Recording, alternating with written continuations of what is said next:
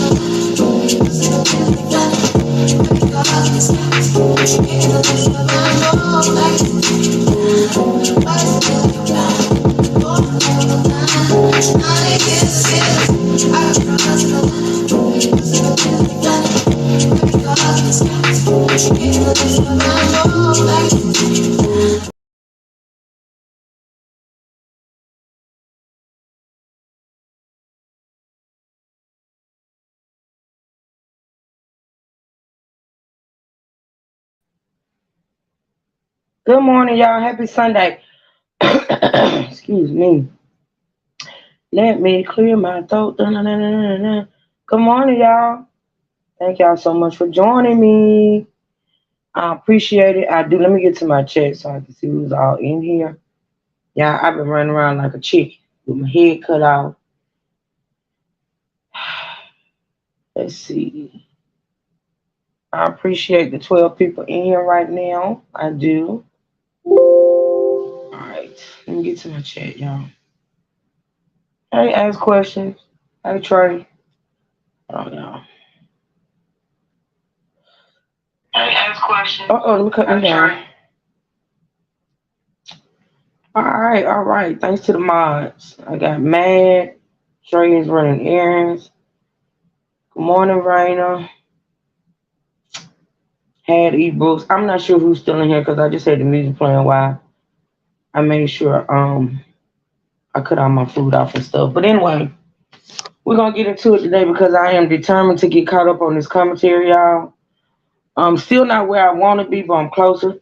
Because I do want to get caught up before um I just want to get caught up. Okay. With that being said, listen. So we're in day two, right? We're on day two. And what we're gonna listen to today is testimony from Griselda's, is it Griselda? I said Griselda, her best friend, right? Thank y'all for coming in. Y'all make sure y'all hit that like button. Feel free to support the channel. Hit the cash out. Okay. But yeah, we're gonna get into the testimony. We're in day two. And the first witness is Griselda's best friend. She's about to testify, okay? With that being said, I am going to drop the link for anybody that wants to come up. Give me a second.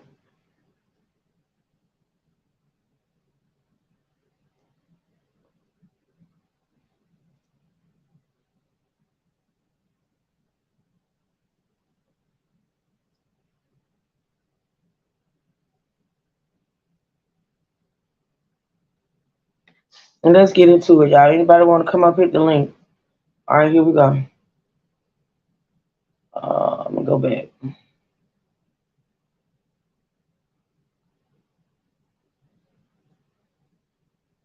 Right now, I'm doing the same. Make sure they're on vibrate or off, please. Miss Flores, good morning. Please come on up.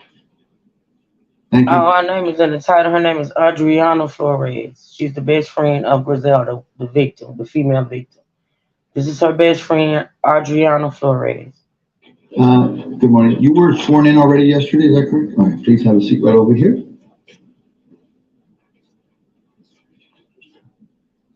Uh-oh. Yeah.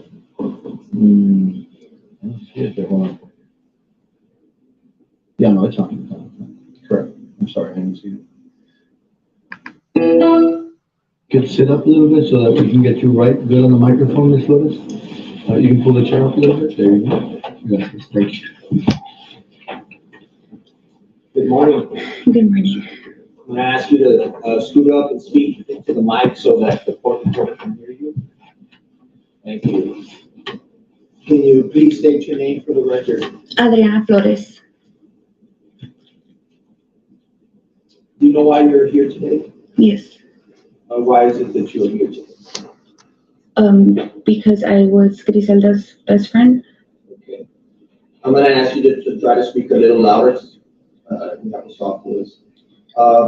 What is your relationship with her? Is that as her best friend? Yeah. How did you know? Please say that. We went to school together. Okay. When you say school, can you be more specific? I met her in middle school and throughout high school. And what grades, did you all share grades or in different grades? Can you please tell us? We were in the same grade. Yeah, we were in middle school together, and in high school we were freshmen together. And when did you all become best friends? Throughout high school, we were really close in freshman year. Then I didn't go to school. I got out of school in my junior year, and then we reconnected in 2014. How did you reconnect in 2014?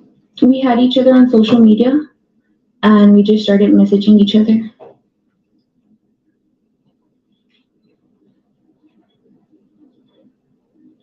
How did your relationship evolve after that? Like, how did it grow? We just started hanging out more, doing like the mom things, going out together. Now, when you say the mom things, how many children do you have? I have 4. Okay. And you reconnected with her in 2014. How many children did she have at that point? 1. And eventually, did she come to have another child? Yes. And who was that child? Dominic Dominic Hernandez? Hernandez, yes. Dominic Alexander. Dominic. And did you know Dominic? Yes. So in 2015, you started doing mom things with her? Yes. Like what? We would just go out. We would go out to eat, shop with the kids. At that time, she only had her first son. What's his name? Jaden.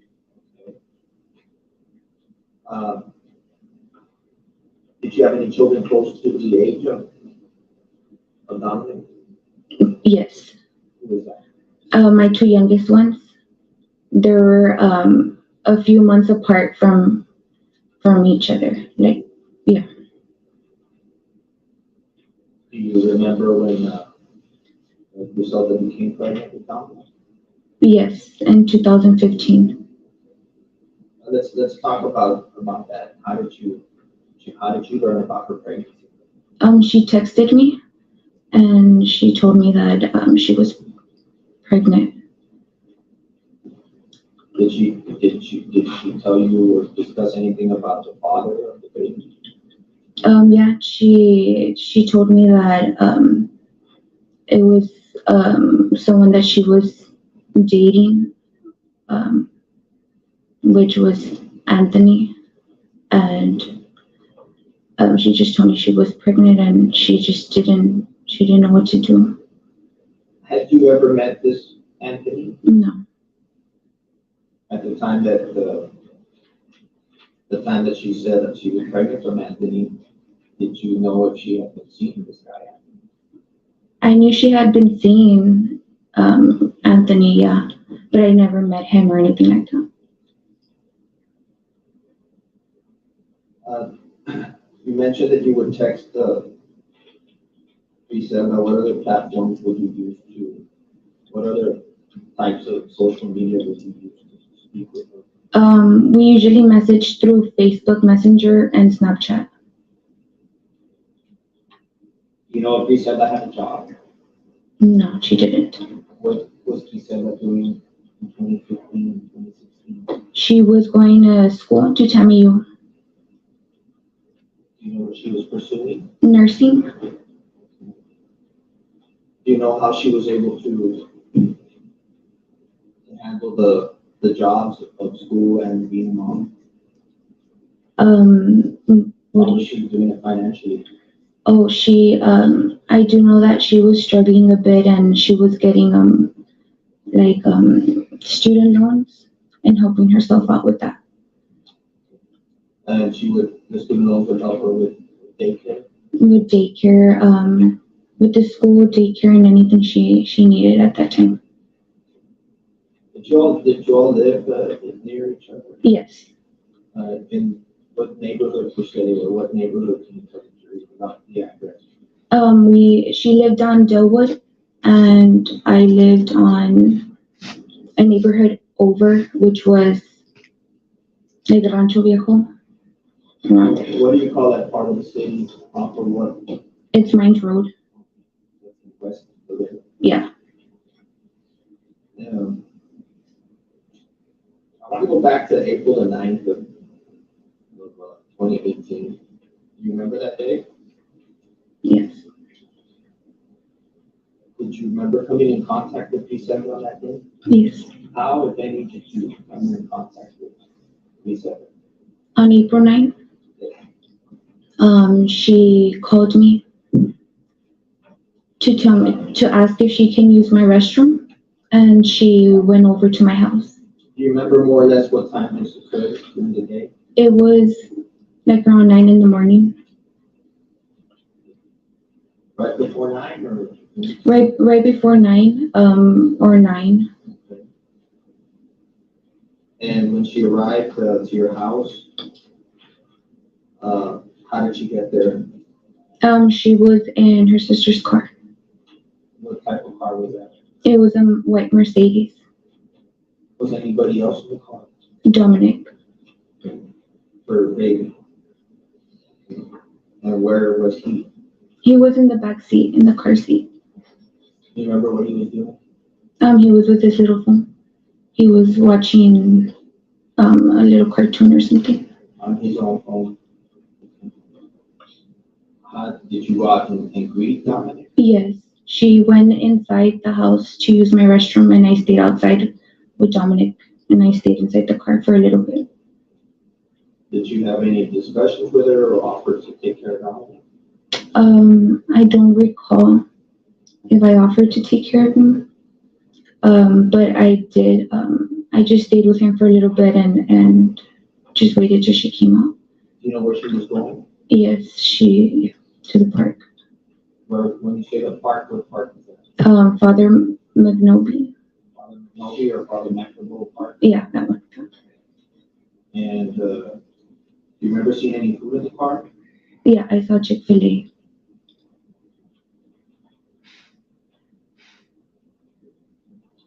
So she was, any particular reason why she was going to Father McMinnville Park? You know where she was going? Yeah, she mentioned she was gonna go to the park to meet Anthony. The father of the baby. Yes.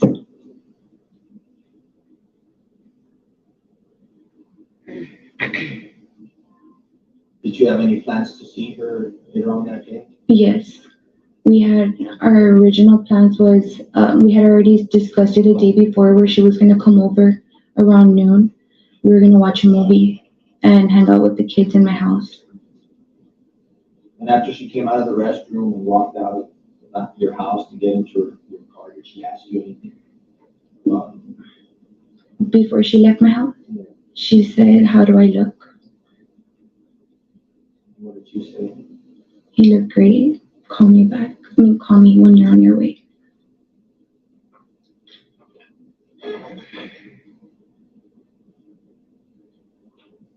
Did you see her again that day? No, I didn't. Let's go and talk about this Anthony. Did she ever tell you what his last name was? Yes. What was his last name? Burgos. Anthony Burgos. What kind of information did she share with you about Anthony? At the beginning, she just told me that he was a border patrol. That was at the beginning. What else did you come to learn about Anthony? Well, when we first talked about him, she just mentioned that he was a border patrol and that he was. So, and I'm sorry, y'all. I'm not gonna do a whole lot of talking. I really want to get through this. I'm gonna talk a little bit, but not a whole lot. But listen.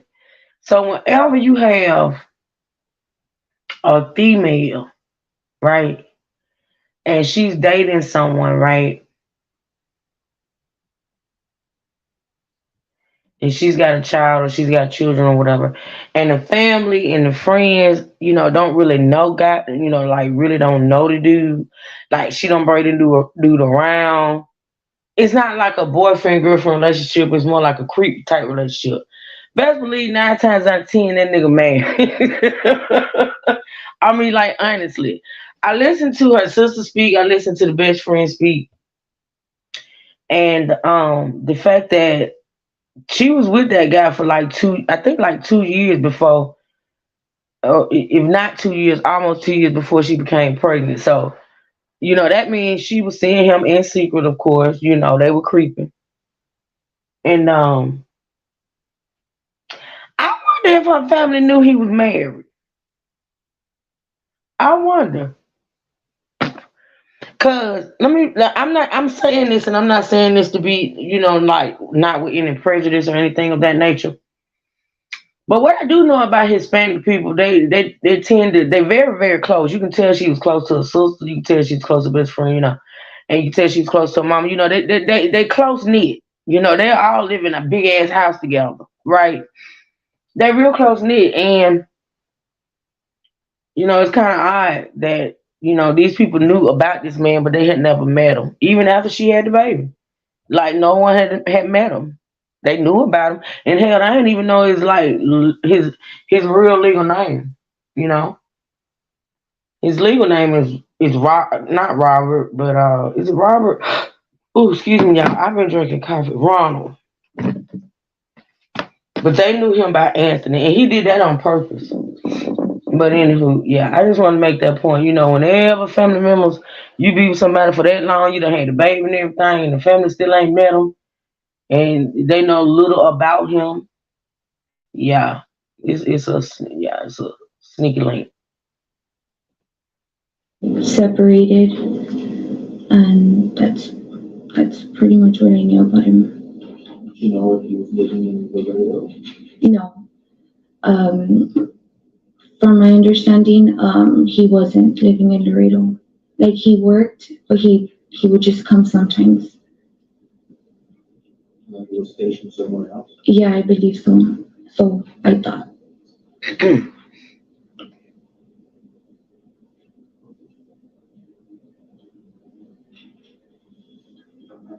you remember if Griselda advised him of her pregnancy? Yeah, To your knowledge, does Anthony ever help her with the baby financially? no, How do you know that? because she mentioned it to him, and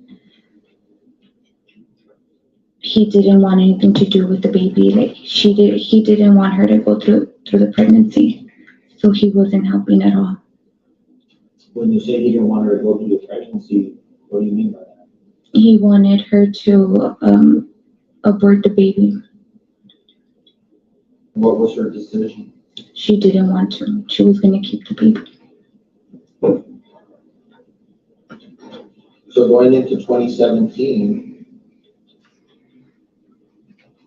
Griselda's having financial problems or struggles. In 2017, he said that with the baby, school, financially it's tough. Yes.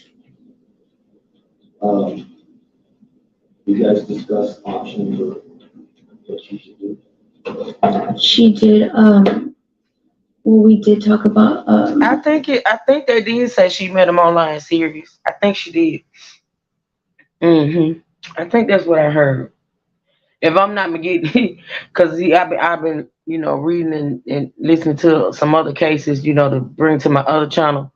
So if I'm not, like scrambling all these cases together, I think they did say that she met him online. Her wanting to put. I ain't rambling. I say rambling, and then there you go, girl. Hey, Miss Lynn. Hey, Sonya. Y'all come on in. Y'all hit that like button for your girl. Feel free to support the channel. Happy, beautiful Sunday. It's a great day today, y'all. It's a great day. Thank y'all for joining me. I appreciate it. For those that just joining, we are listening to Adriana Flores. She was the best friend of Miss Griselda Hernandez, the victim. She's her best friend. Okay? And that's who we're listening to right now, y'all. And I'm not gonna do a whole lot of talking because I'm really interested. For one, I'm interested in what she has to say, and I want to get through as much of this testimony as I can today, y'all, before I have to get off. Okay? Putting him on child support so she can help herself. What was your opinion about that? I told her that she should.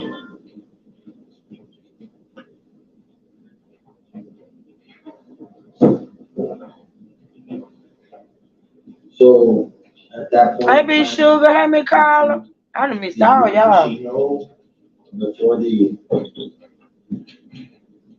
decision? Ultimately, did she decide that yes, she's going to pursue child support? Yeah. Up until that time, did she know where Anthony lived? No. Did you or her both you try to find out more about Anthony? Yes. So tell us, did you help her try to find stuff out about Anthony? We tried to do our See, that's the investigation. thing. Hold on, y'all. This Tony calling me. Hold on.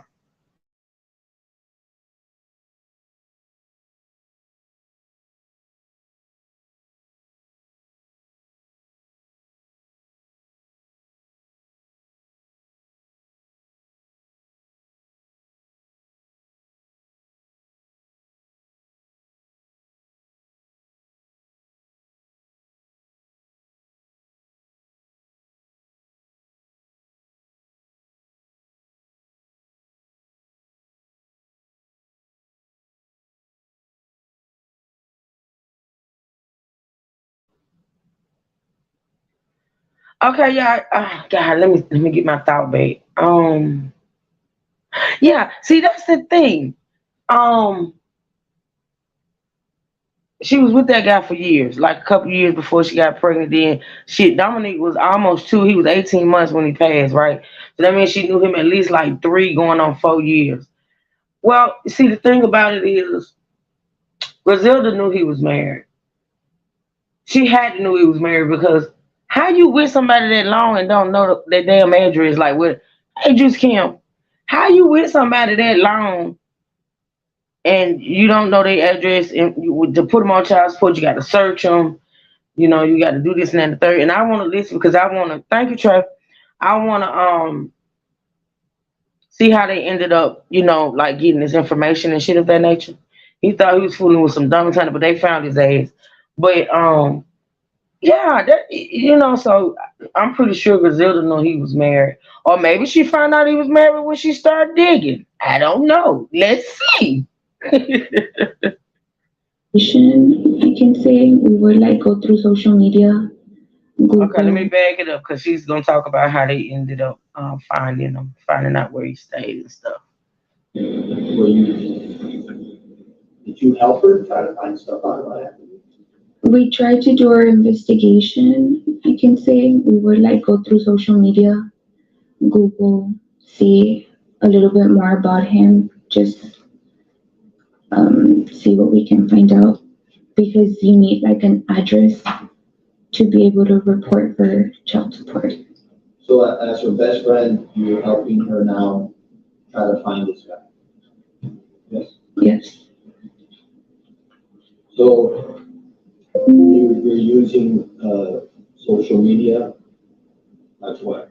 Instagram, Facebook, and Google search. Any success finding out the information on him and She was able to find Instagram and the address on Google. now that she had the address, are we talking now 2017? Close to 2018? Close to 2018. Around that whole child support time? Yeah, I don't recall the dates. That's fine. What, if anything, do y'all do? Well, we find out where he lives, and we did pass by his house to see if we can, like, if he actually did live here or he didn't. What, how many times were you? Damn it, man! Or let me ask you this: how? That didn't do drive by.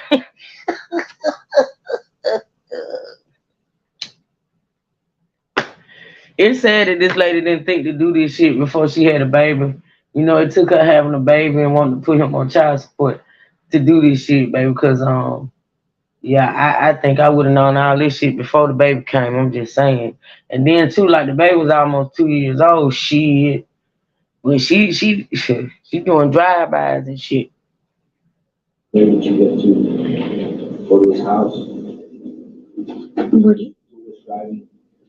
I would drive. You would drive? Yeah, I went like once or twice, and I drove when I was with her. You remember the color of his house? I don't remember. Do you remember more or less what part of town he lived in? Around Shiloh Crossing, I want to say, or Shiloh off Loop 20. So off, if you enter Shiloh off of Route 20, Mm-hmm. can you give me just the general direction of how to get there? So around where the Shiloh Crossing apartments are, in that subdivision. You go in there. Yes. I don't recall how to, more or less, but yes, passing the apartments. Okay. So that's one of the landmarks there, the apartments. Any Yeah. other landmarks or buildings that you remember? I remember there was a park nearby, and that's it. I don't recall anything else. Were you ever able to find out if he had a family? Yes, we Tell us even about that. so we eventually found out that he was indeed married, and that the wife actually lived in Laredo. Wait a minute. So you mean to tell me this woman with this man all this time, for almost 4 years, because she was with him for 2 years before she actually got pregnant. Dominic was 18 months old, so that's like three, almost four. And this woman did not know this man was married. Y'all, come on now. Mm-mm. I ain't going. I am not going. She didn't find out he was married to. Child. Oh, why do you say she actually lived in Laredo? Because at the beginning, when she thought that they were separated, or she wasn't in the picture, there was some mention that she lived out of state. Oh, so he lied and said he was married, but he was separated, and the wife lived out of state. Mm-hmm. Yeah, typical lie. Typical damn lie. So that's what he told y'all, that he was married, but he was separated. Where? In Florida, I want to say. So they in Texas, and he done told the damn woman the wife stayed in Florida. You know what? Baby, I tell you, these men, you know what? He done put the wife all the way in Florida. Yep, and they was gonna be together, blah blah blah. Come on, Remy. The typical story. The typical story. Baby, you gotta do your own research, honey. All you gotta say is, I'm married. Separated, you ain't even gotta say it, because I'll find out if you separated or not. Shit, I found out told her with widow. He said widow. I said, oh, okay then. You ain't gotta tell me nothing else. Baby, I saw the obituary. You hear me? Shh. Just saying. Up, my black screen on my computer. Hold on, y'all.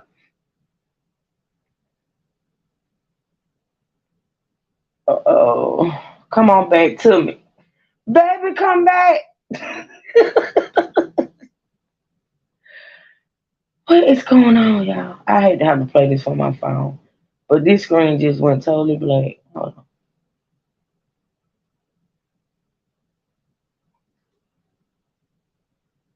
Close window. All right, let me try to pull it back up.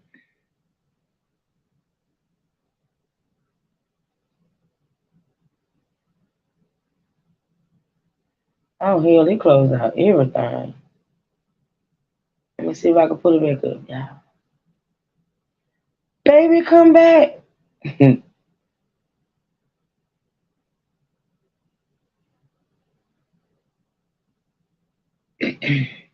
It's getting good. Good, good, good.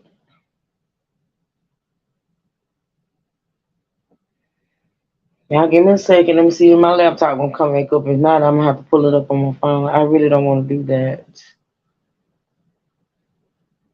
Let me restart it and see if that'll help. In the meantime, in between time, we'll talk for a minute while I restart. Um, yeah, it's pretty sad. I don't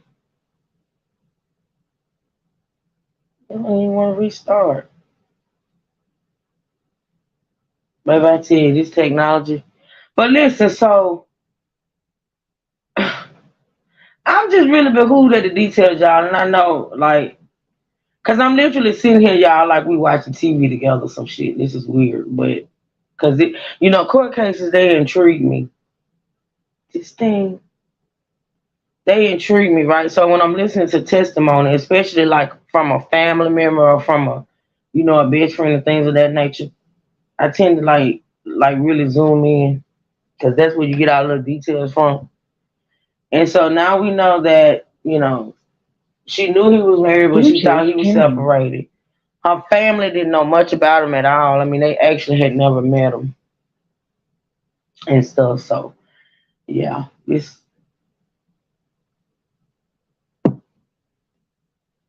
Bluetooth connected. ooh, that coffee good, y'all. That coffee is. Make you on screen. I'm gonna probably be on coffee all damn day long. This shit is ridiculous. I got so much stuff going on. Hold on. Baby, come back. Come back, laptop. Y'all, what y'all cooking today? Or y'all ain't cooking until... I know a couple of people told me last night they were grilling today. We're not going to actually grill today. We're going to grill probably tomorrow, Tuesday. But I will be I'm soaking my ribs and stuff today, and I will be seasoning them tonight, so they will be well seasoned when I throw that shit on. When that meat get thrown on that grill, baby, they are gonna be well marinated. Do you hear me? Slang said, I see a lot of liars and murderers in court. Nothing surprising. I know that's right. Saying you might be a little immune to some shit sometimes. You know what I'm saying? Cause like Flexi, I'm not gonna say she like immune to a lot of stuff. It's just like y'all see so much stuff. You know what I'm saying? Y'all hear so many things. You know, just like when it comes to the medical field, I don't think that I'm immune to stuff. I just think that I've seen so much. You know, um, it don't affect the. I got grilled leftovers. Yes, girl. You know what? Grilled leftovers are the best. To me, honestly, a lot of foods leftovers are the best.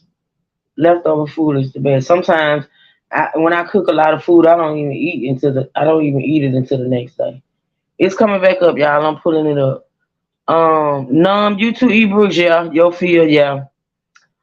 We celebrated my great aunt's 80th birthday, so we got rambling. That's a blessing. Congratulations. Oh my gosh, girl, that is wonderful. 88, girl. All right, it's back up, y'all. I cooked the big meal today because I'm not gonna cook tomorrow. I'll be cooking tomorrow, but it's gonna be for Tuesday, right? So I cooked enough today, for today and tomorrow, because I'm not cooking food for dinner for tomorrow. It's just I'm gonna be cooking the food for Tuesday. So Tony, Tony don't be want to hear that. He got to have him something, baby. So yeah, I cooked enough for Sunday's dinner, which is today, for today and tomorrow. Because what I'll be cooking tomorrow, all that'll be for Tuesday. hmm So here we go. All right, we back, y'all. Were y'all able to discover,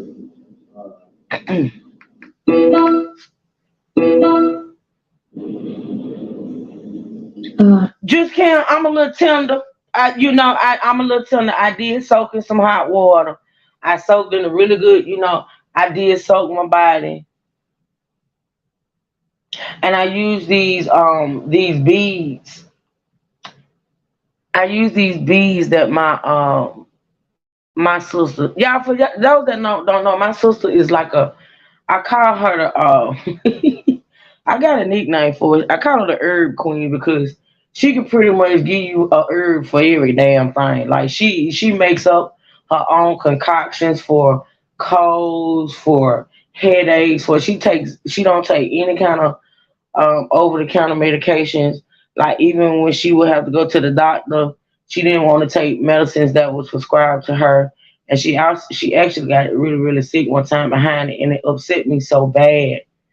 And she had to be hospitalized because she had became very anemic, and she wouldn't take the iron pills that or the other medications that her doctor put her on.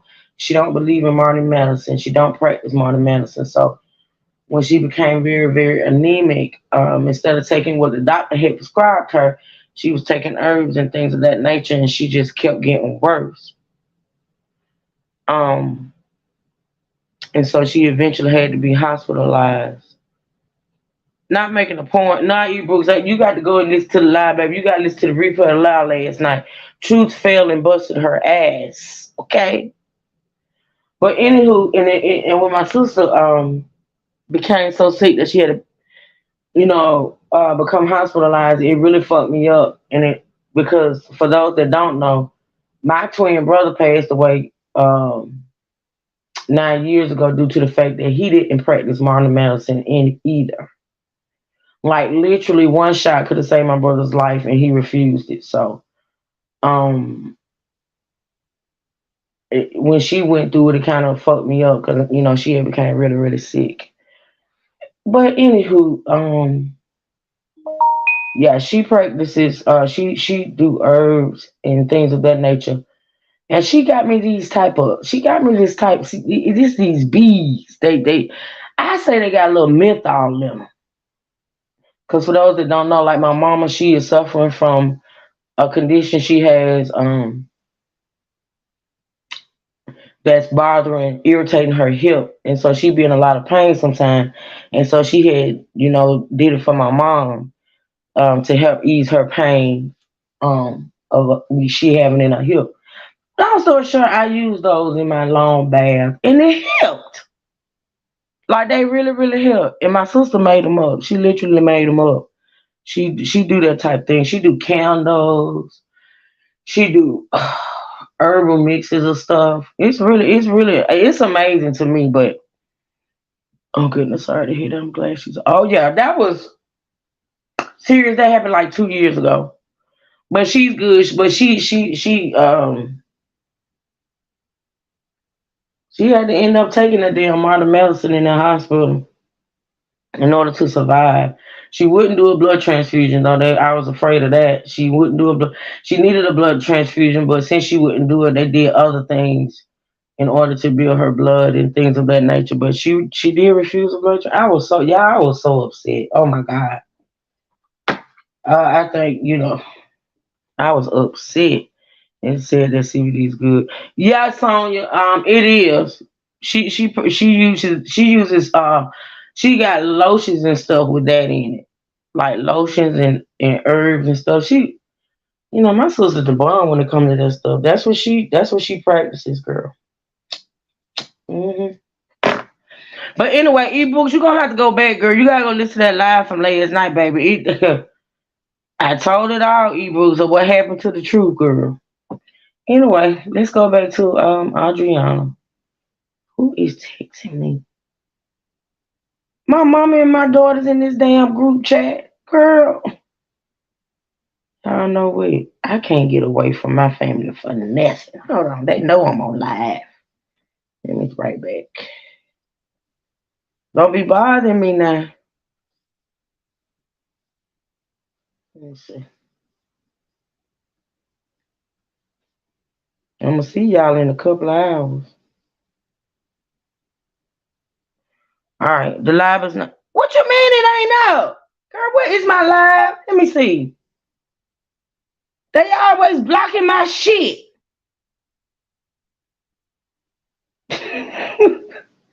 It's probably blocked, girl. Let me see. I did play a lot of music in that live though, for real.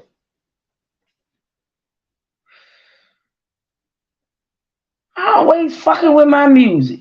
My live. My daughter and sister done called and want nothing. Yeah, that wants they don't want that, girl. Oh, she telling me she talked to my grandbabies. Yeah, the grandbabies with the daddy child. Let me see. Ebooks, you sure?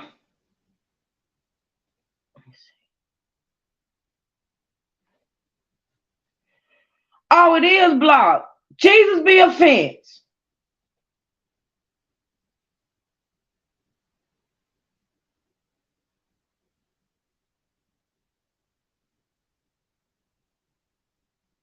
That damn TLC. Let me see what else blocked it. I think TLC blocked it. Hold on. Oh, it's a couple of songs. You know what? But the good thing is, Ebros is gonna let me it looks like it's gonna let me edit it because my last video that was blocked, it wouldn't let me edit it. But it looks like they're gonna let me edit this one, okay? So let me go ahead and edit these songs out. I'm gonna tell y'all what got me blocked. Let me tell y'all what songs got me blocked. I was telling you that in the cash app earlier. I did see your cash app and thank you, B Sugar, but I didn't read the message. Well, thank you, B Sugar, for letting me know, sweetie. Girl, look at all these songs. Okay, so Adina Howard, Freak Like Me. No. That's a lie. That's a lie. Waterfall. All TLC songs. Waterfall. Blame It on the Alcohol. Jamie Foxx. Ghetto Superstar. Y'all wrong for this shit. Ghetto Superstar. What Would You Do got me blocked. Number One by Aura. Maria got me. You know what? Y'all full of shit. But I'm finna edit, y'all. I'm finna edit. So for anybody that want to go back and watch it, just give me until maybe later today, and it'll be back up. Okay? Damn it, man. I'm so sick of YouTube. I really am. Y'all just give me a couple of hours. Let me block out these songs, and then it'll be back up. Okay? Thank you, Trey. Y'all hit that cash app and support your girl. Thank you again, B Sugar, for that cash app this morning, sweetie. I appreciate you. I did not read the message with it. I did not. I apologize for that. And thank you for trying to let me know, girl, because I would have started editing this morning. That's my bad. But I did see that when I was still halfway asleep. So, anywho, y'all, let's get back to this. Thank y'all for being here. Make sure y'all hit that like button. I know, right, Siri?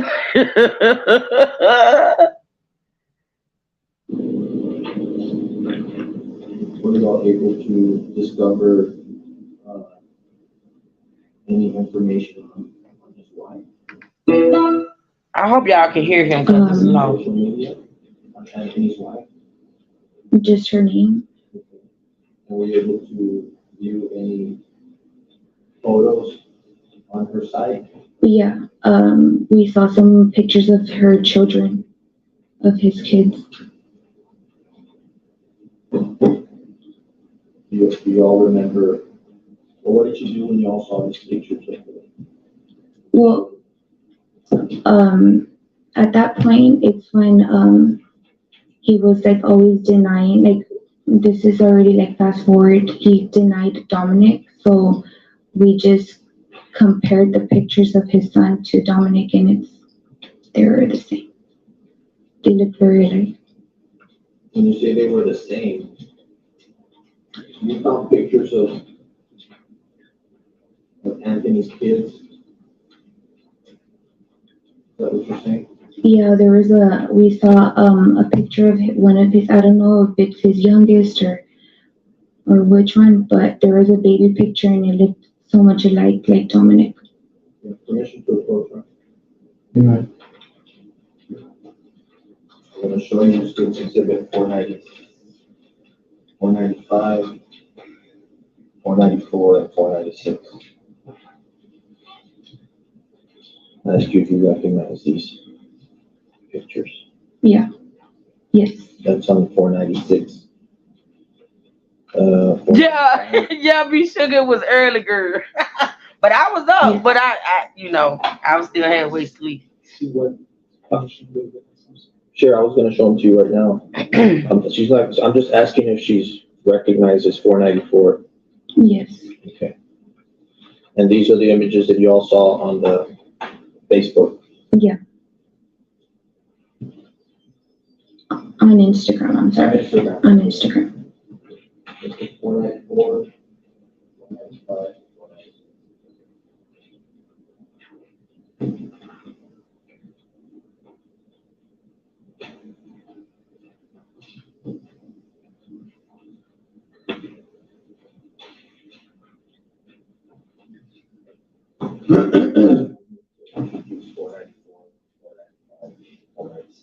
Any objections? He's just showing her, and she's identifying the photos that they found her and her sister when they went to searching social media. She's just identifying the photos that they came across with him, his wife, and their kids. Child, yes. Be admitted without objection. I'm first going to show you these pictures.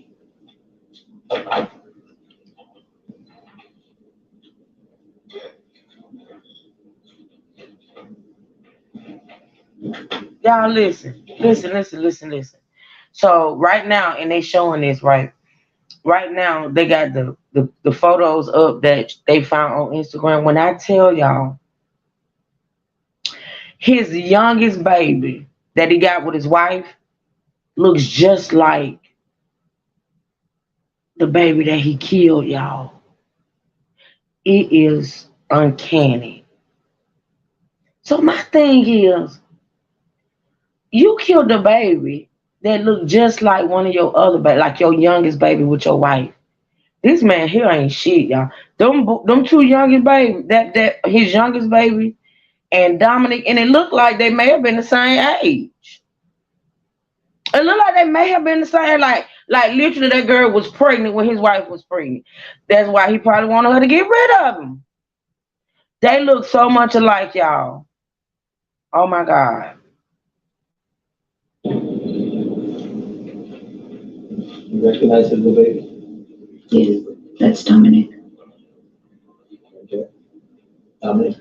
Well, They got Dominic at the top, and I may put this up tomorrow. I'm not for sure because it is babies, but they got Dominic at the top, and then they got his youngest son with his wife at the bottom. And them two boys could be twins.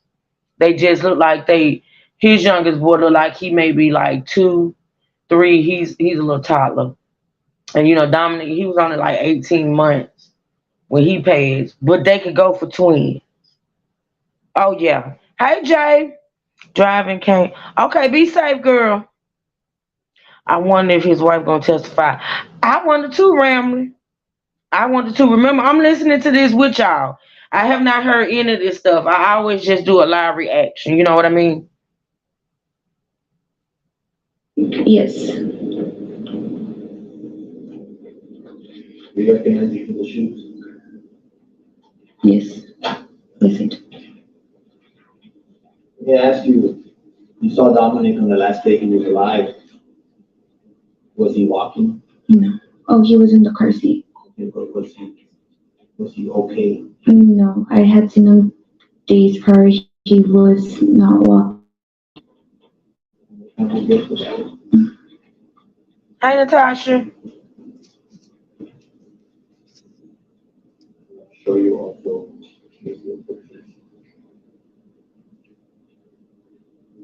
Dominic. And I'm going to show you the picture.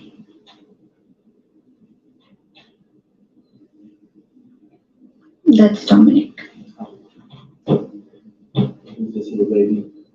So I think that's his other son. Damn it, they could go for That's not twins. him. That's not Dominic. Wow. What number is on display now, sir? This is 495.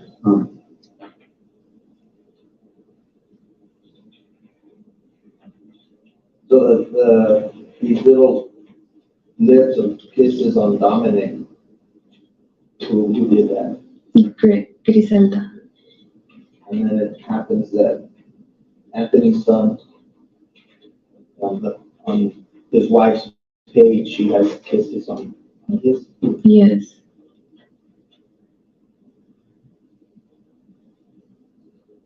They look very similar. Yes.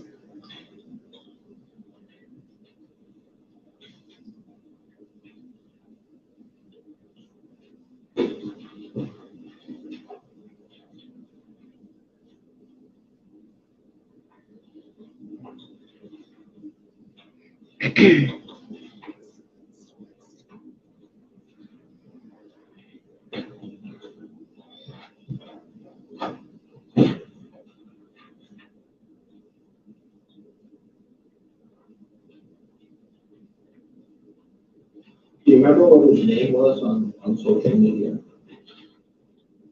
I'm sorry, who's? Do you remember what name Anthony used on social media? Roro Avi. Can you spell that for us?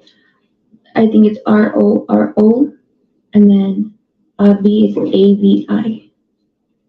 Robo Avi. Mm-hmm. What else did you come to learn about the relationship that Griselda had with Anthony? Well, How often would they see each other? they would see each other just once in a while. It wasn't, I wouldn't say it was like a boyfriend-girlfriend relationship. It was more like they just dated once in a while. Did you ever know how would they communicate? By social media. Do you know how she met Anthony? All I know is that they met by social media. So they did meet online, You y'all. don't know which social media. Not what platform. Do you know what type of relationship Anthony had with Dominic? They had no relationship. In fact, did you ever learn about him wanting to give up his paternal rights? Yes, he texted Griselda that he wanted to give up his rights. Did you see So that? apparently he told Griselda he wanted to terminate his rights to Dominique. He didn't want to be bothered. He didn't want to pay child support. He didn't want to have anything to do with him. He wanted to sign over his rights.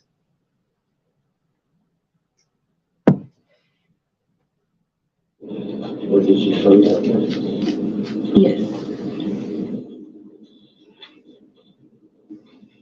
And you said earlier that you would use social media, or you would use Instagram to communicate with them. I would use Facebook Messenger and Snapchat to communicate with her.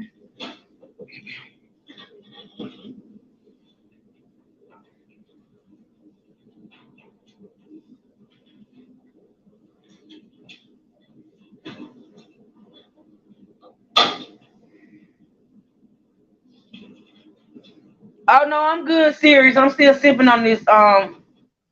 I got me a. I don't have like a regular coffee cup. This is a Yeti thermal that my baby got me for Mother's Day. It's got Mama Bear on it. It's really cute. I might take a picture and put it on my community wall. And it's huge. It's big. It's and it keep my coffee hot, girl. And I'm still sipping on it. So thank you anyway, though. I'll let you know when I need some more, girl.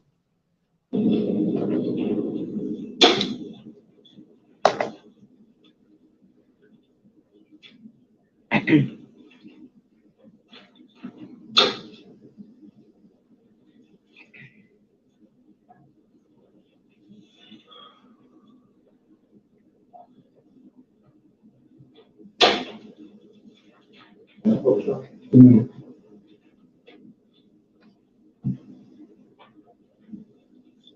You got more I'm gonna do photos? your honor to be more efficient with time. I'll show her all the text message printouts we have and have her Oh, identify baby, they them got text instead of having to messages, come honey. back each time.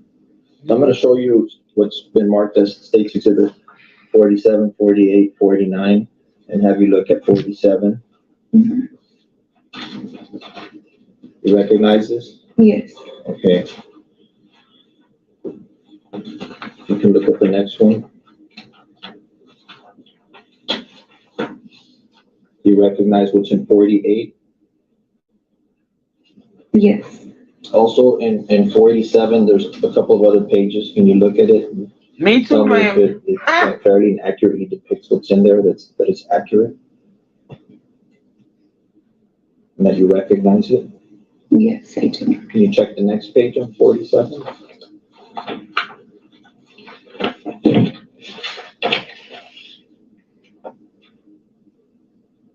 Yeah, yes, I do. Okay.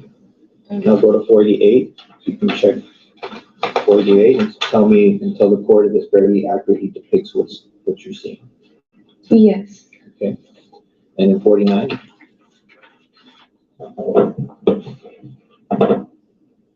Does that fair and accurately depict 49? yeah, that's my, That's you? Yeah. Okay, thank you.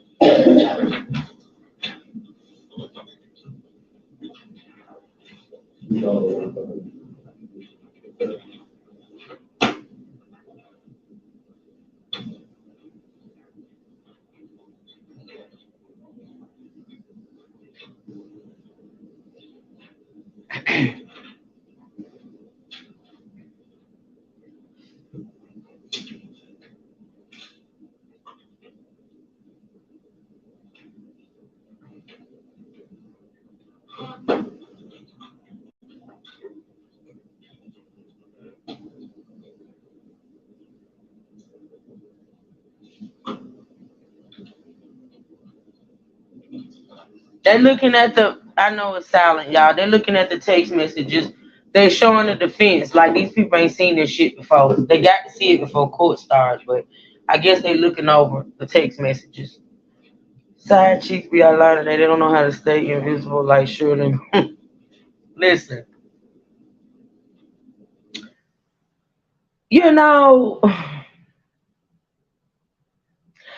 I tend to agree with you. Now, my thing is this: if you accept and you partake and you indulge in that side chick position, then yeah, to me, honestly, and I still got to do that live with Juice Kim, because there will be a live with me and Juice Kim. We're gonna be in Miss Liz and stuff, and we're gonna be talking about side chicks and things of that nature. Um,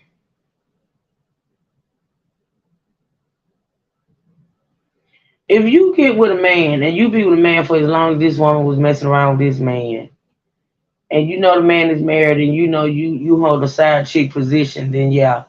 Uh, but see, men, to me, honestly, and I've said it before, and I'm gonna continue to say it.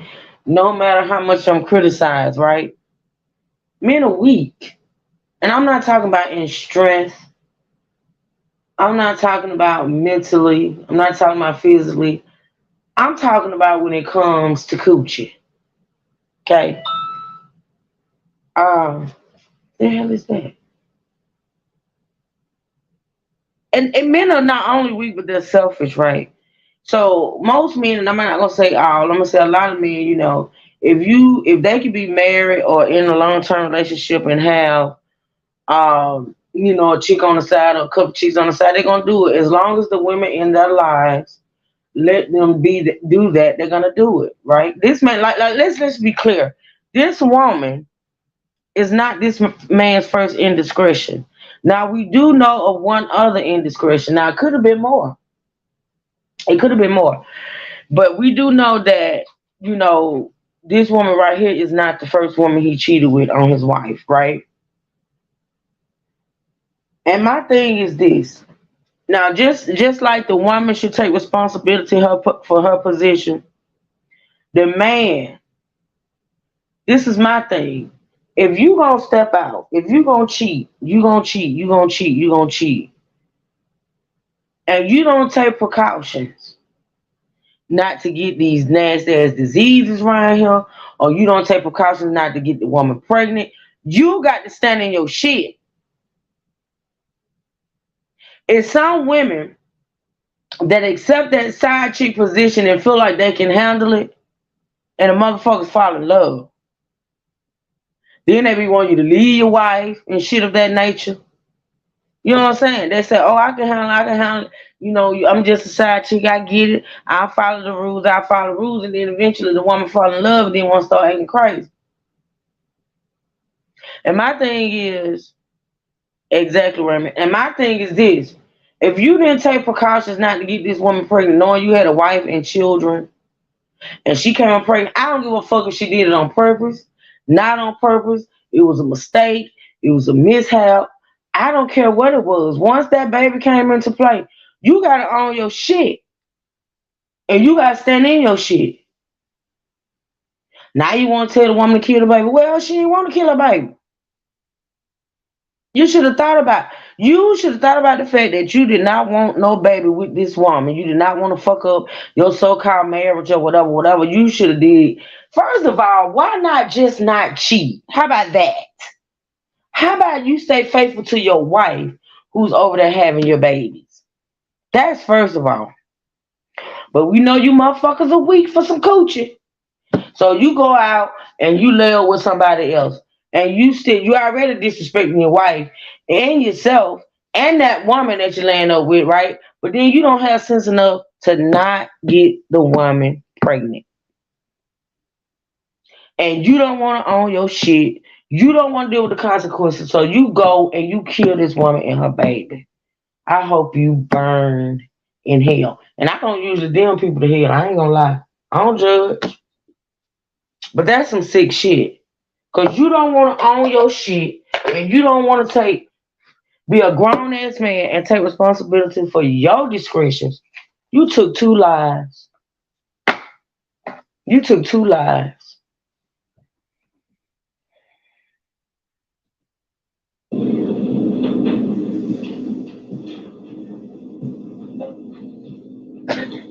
It's coming, Slam. Girl, you crazy. Oh my God.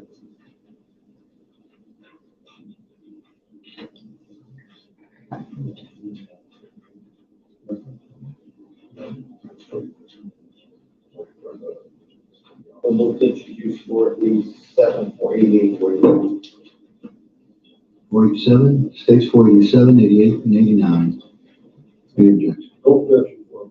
Be admitted without objection.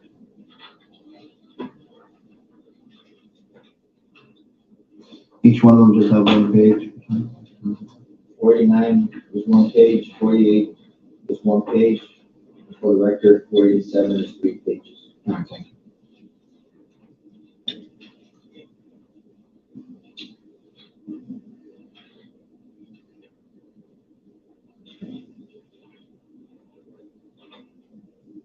So I'm gonna show you what's already been admitted. That's 47.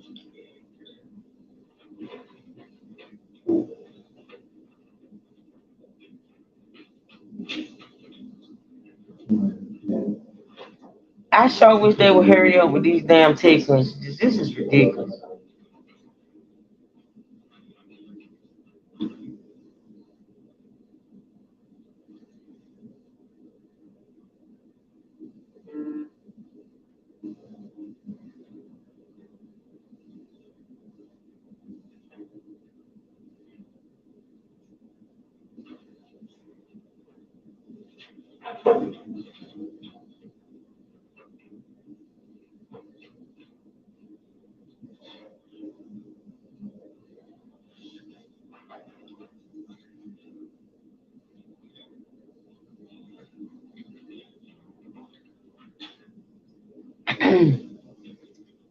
Damn it, man. Would y'all hurry up?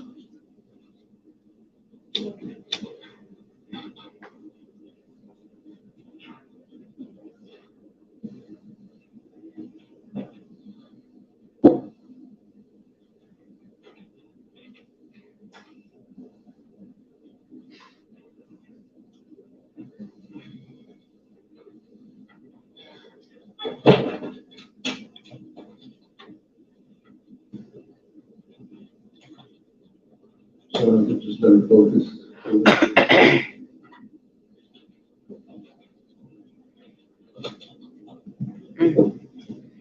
They setting the messages up, y'all, to show the message. Slow as this is, hell. line 8334. You recognize this? Yes, You recognize the date? 1/13 of 2018, January the 13th. This is around the time where the child support case is, she's gonna file. she's gonna file. And who is this text? That's Griselda texting me. Okay, can you read that out loud? Because you're, It's, dude, I'm bawling my eyes out right now. A, which is Anthony, is thinking about giving up his rights. I know I said I'd be okay, but I'm totally not. I literally don't know what I did to deserve such a douchebags as their dads. Jaden and Dom deserve more than this, more than them. And worst part of it all, I feel responsible for giving them shitty people as their fathers.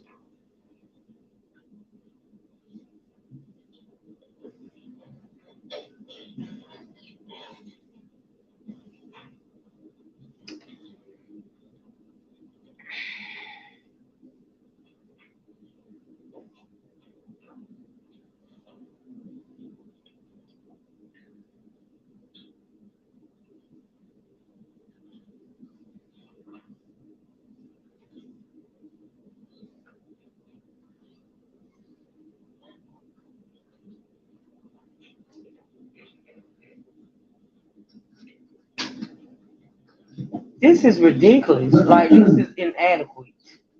It don't take all this time to pull up no damn text message. They like, they slow all of them. on page 2 of the exhibit 47.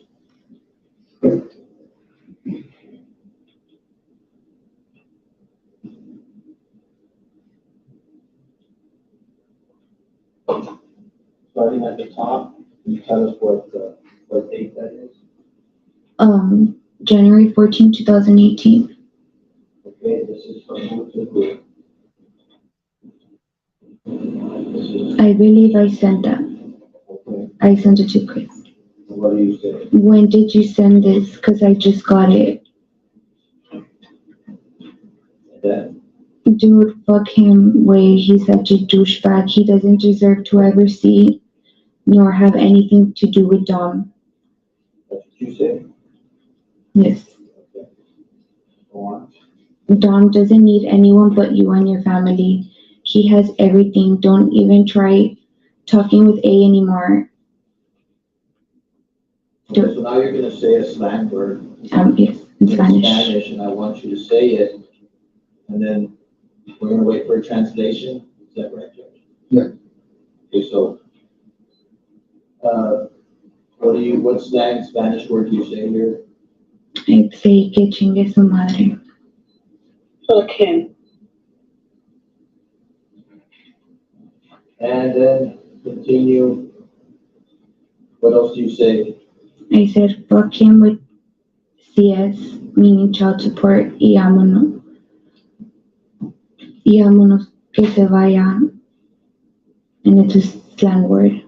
Or if you could read it real time, just say it. It's okay. Just go ahead and say it how you said it. Okay, I said fuck him with child support, y vámonos que se vaya a la verga. Fuck him with CS, and that's it. He can go to hell. Wow. It's his child biologically, so he needs to support financially. No más hasta ahí, meaning Better. And that's that. And then what else do you say? Dom will hurt more having a selfish person in and out of his life.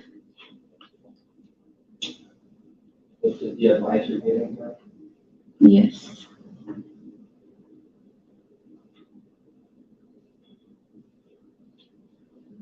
Go ahead and continue.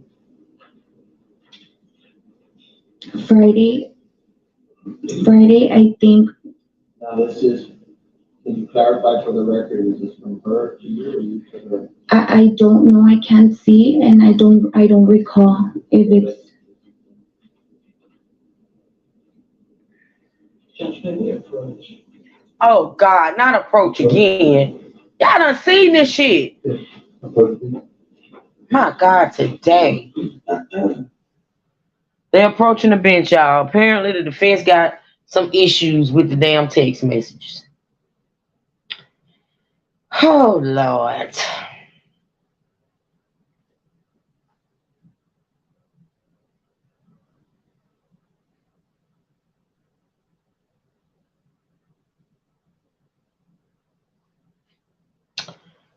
They're talking to the judge. Of course, it's silent.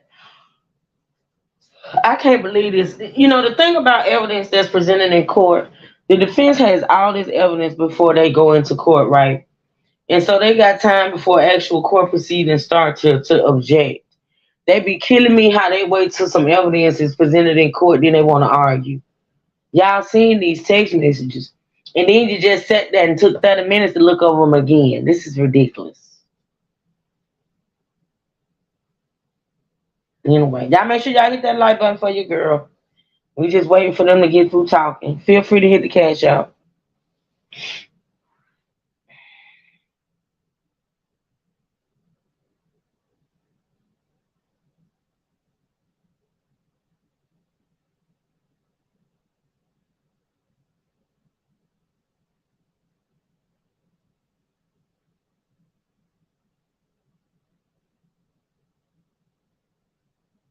Mm, mm, mm, mm. So they sitting up there talking, laughing and talking and shit, and the court, nobody hears what they're saying. He thought he could use his power as a border patrol officer to get away. And see, that's the thing, serious. That's why, that's one of the reasons why he's also charged with capital murder. I mean, it's several reasons, like Dominic being under the age of 10. But it's several reasons why he's being charged with capital murder, and his job and his credentials And the fact that he sort of kind of used his job to carry out this crime is the reason why his ass is facing the death penalty.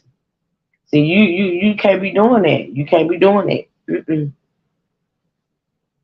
Mm-mm. So,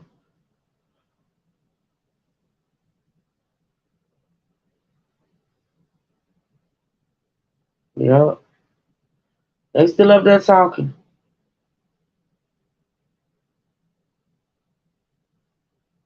And they think they're smarter than the law, taking lives and acting like nothing happened.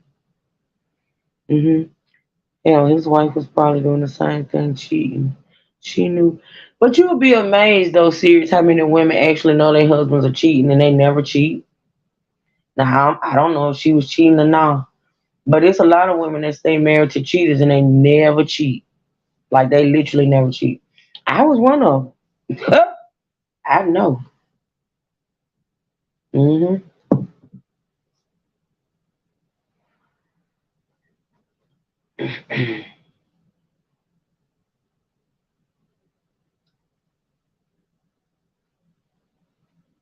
Damn it, let me see if I can fast forward. This is ridiculous. This is ridiculous. Let me see. I be scared to fast forward because I be going too far sometimes. Oh, this is the end of this one. Okay, well, let me go to the next one. Okay, so y'all, this is the end of this one. Let me go to part two because they broke this one up for some reason. That's the end. They still standing up there talking to the judge. Let me go to the next one. Damn, I'm glad I looked at that. Thank you, Trey. Shit, I would have been still sitting up here. Hold on, y'all.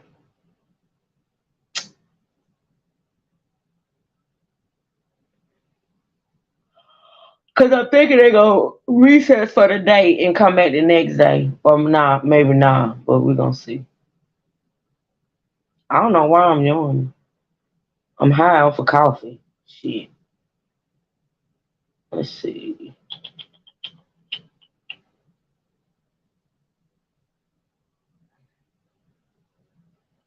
Damn it, man. Where is...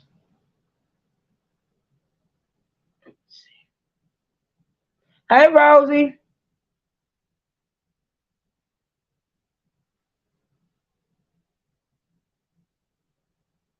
What in the world?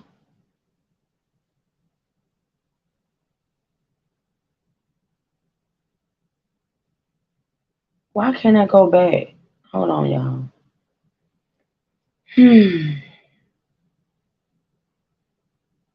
No wonder. I'm on the wrong damn channel.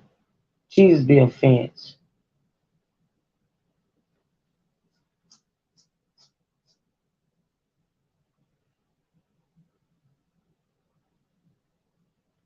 I never let another get that close to me. All right. Okay, we finna go into the second part, y'all. The phone number. So that's Let me go back. Okay. laugh out loud, no, but really, Okay, so now she's back to reading the text messages, y'all. Clarita. Hello, no, but really, let's see. And she put, and yeah, that's what I told him, that he literally had no idea if he's thinking or is going to give up his rights, pero pues I don't know. Emoji faces. And yeah, that's what I told him, that he literally had no idea if he thinking or is going to give up his rights, but oh, will do. I don't know.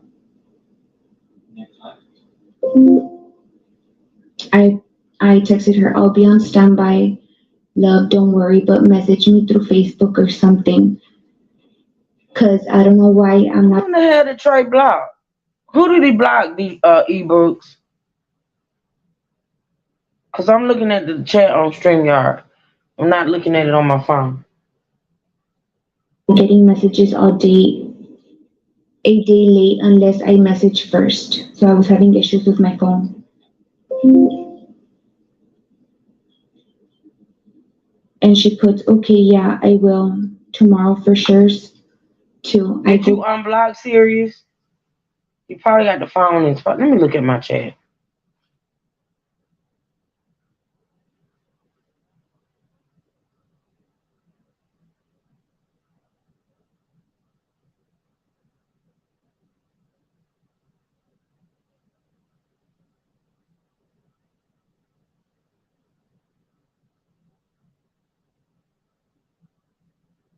No, you good, serious. You back. It was a mistake. Back on Tuesday.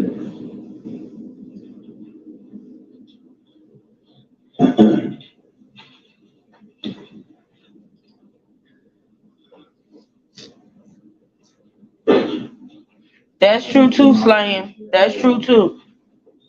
For child support. Yes, she did.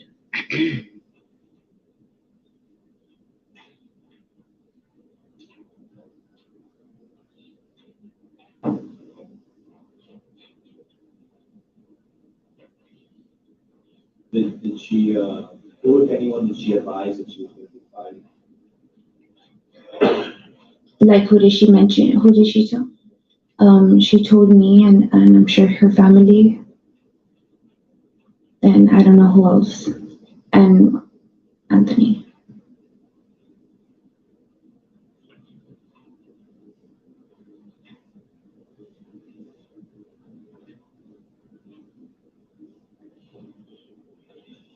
I'm sure you.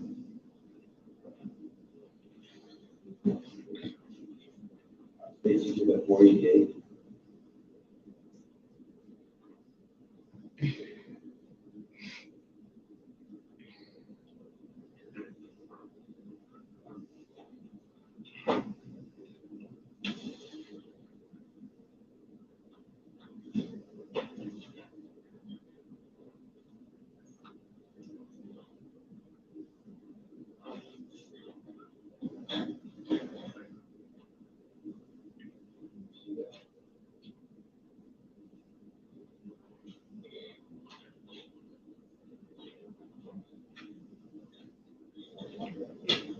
What in the hell are they doing? Oh, Lord.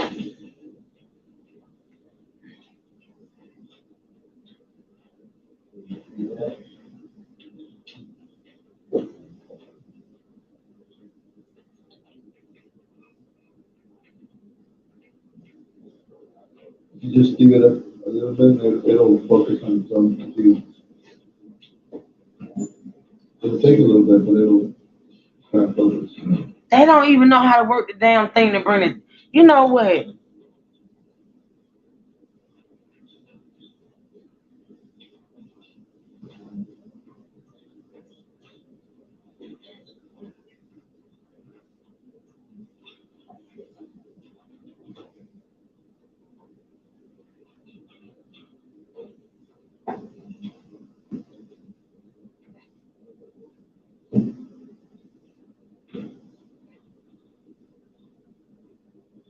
All right, so I'm going to do start over on this side, 99442.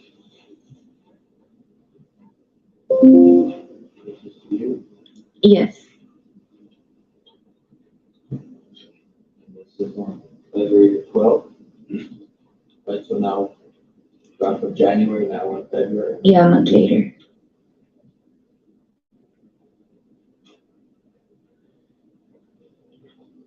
Okay. What are y'all talking about here? And so, she's telling me, dude, A just replied, A is Anthony. What the fuck do I say? Where are you when I need you? And then she puts booties, meaning like that was like a nickname, right? I wasn't answering. What was going on? Well, Anthony had just replied to her and she was trying to tell me, but I wasn't answering because my phone was, I was having issues with my, that's a text message, so I was having issues with my phone.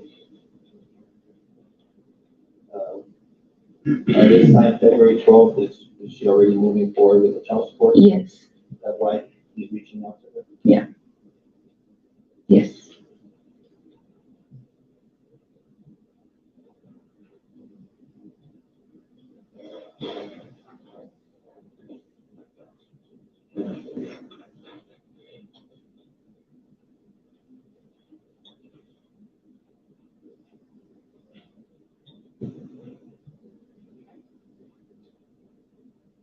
On March 25th.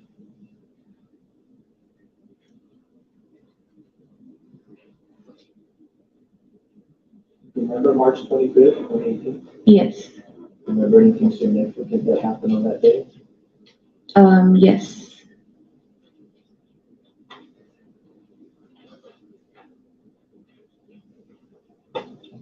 That's my new phone number. So that had just gotten a new phone. You know, what that means, you get a phone call. Yeah, that was a phone call she made. She called me that day.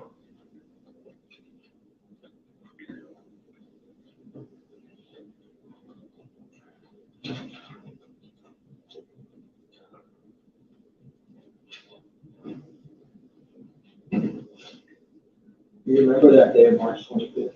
Yes. This was about 15 days before, prior to Dominic's death, correct? Yes. What can you tell us about that day, from that morning, if you remember anything that happened? So she goes to meet up with Anthony at the Winfield Park. Were you aware of this meeting? I don't recall if I knew beforehand, before her going. I just received that call around noon. And that's when she starts explaining to me what had happened. And what happened? From what I remember, I don't remember the whole conversation. I just remember her calling me crying. Okay, let's talk about that. She calls you crying. Yes. Please tell the jury what was her emotional state when she called. She was crying. She was really emotional, she was angry that she had gone to the park. She was regretting her going. Well, she was crying on this conversation. Yeah, she was just crying and crying. What kind of things was she saying? She was just saying that, I can hear the baby crying in the background. She was just like, that she was regretting going over to go meet up with Anthony, that it didn't go as planned. She just wanted him to see the baby, to have a little relationship, just to meet him, and talk about the child support. Hey, Coco Cabana girl, how you She doing? had said something along the lines with, me vas a odiar por lo que voy a hacer, meaning you're gonna hate.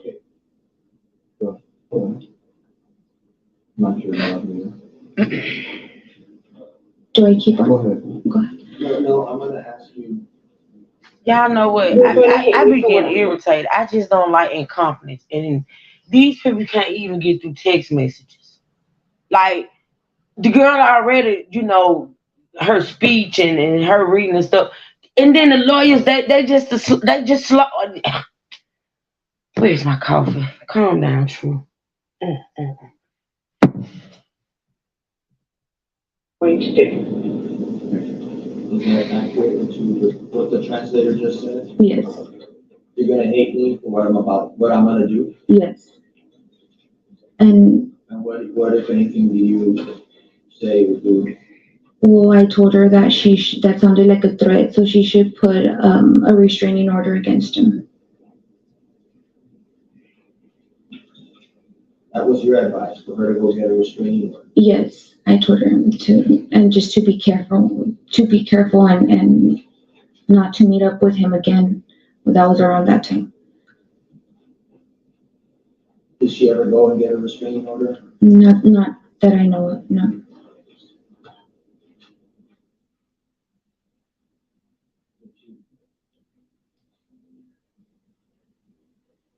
Anything else that you learned about? What happened to the damn volume? Anything that- Oh, there it is.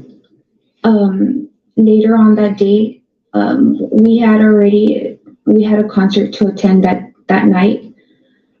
So I texted her like around 4, and I was like, "Are you ready?" The Bad Bunny concert in the arena, yes. So I texted her around 4, and I said, "Hey, are you ready? Are we still going?" Or something like that. And she told me that she was at the hospital with Dominic because she thought that he had got bitten. by a spider or something, that he was in pain. And, and what, did she end up going with you to the concert, or what happened to Dom? Yeah, so she was at the emergency room and he was getting treated, and so I guess they gave him antibiotics. He got treated and they released him, and we did end up going to the concert later on that night Where did she meet up? with her mom. That's it. Mr. Bosch?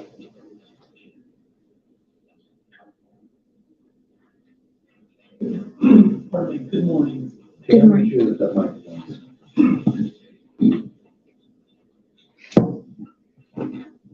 Okay, here come the slow answer. I think Hold I on. know. I thought Abraham Lincoln was finna get up. But so the defense, one of the defense attorneys is about to question her. Okay, here we go. Everyone in this room is very sorry for your loss. You were Griselda's best friend. Yeah. And more than that, you were the last person to see both Griselda and Dominic alive. Yes. And that's a very heavy burden, isn't it? Yes. And ma'am, you testified on direct examination that you never actually met Anthony. Is that correct? Correct. And you never saw Anthony and Griselda together, correct? Correct. So everything that you know about their relationship is from Griselda. Is that correct? Correct. And just very briefly, I want to talk about the evening, actually the 25th. And the 25th stands out because that's the day that you went to the Bad Bunny concert. Is that correct? Correct. And you testified on direct examination that Griselda called you from the emergency room. Did I understand that correctly? No, she did not come from the emergency room. So she called you, and that was the exhibit that the state showed you. Is that the record? Is that correct? From the text messages? Well, the last exhibit they Oh, showed okay. you was a phone call, as I understood. Yes, but she was not at the emergency yet. She was on her way to the emergency room. She was not on, I didn't know about the emergency room until she texted me.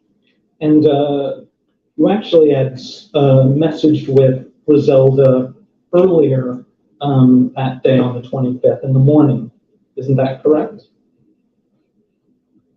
I messaged her. I'm pretty sure, since we did speak daily. So she messaged you on Facebook very early in the morning on the 25th. Isn't that correct? I don't recall. I'm sure she did. I'm not too sure. Would it refresh your recollection to see a copy of your Facebook Messenger? Yeah. Judge Commanders. You may.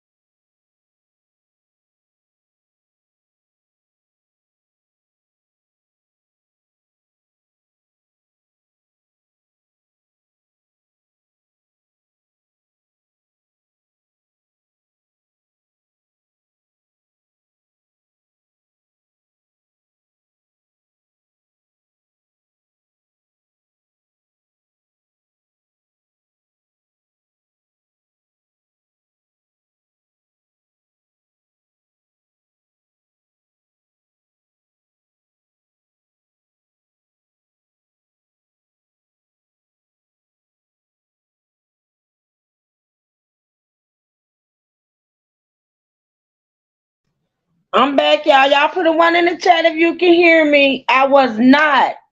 Can y'all hear me now? My device died. I did not know that it was not charging. Can y'all hear me? Y'all put a one in the chat if y'all can hear me.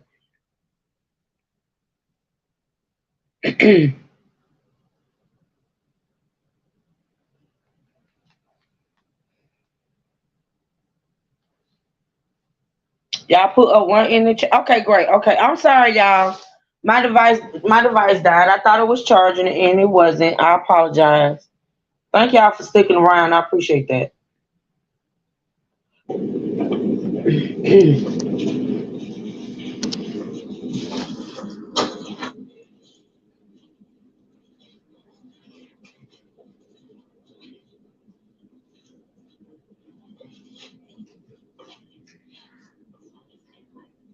Might pass it for the illustration. Or do you intend to offer that?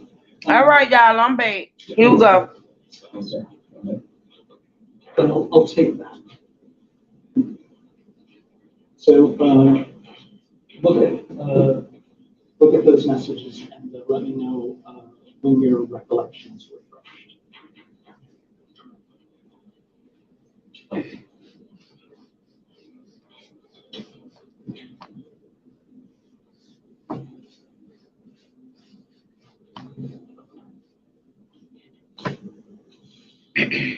Yes, I do recall these messages.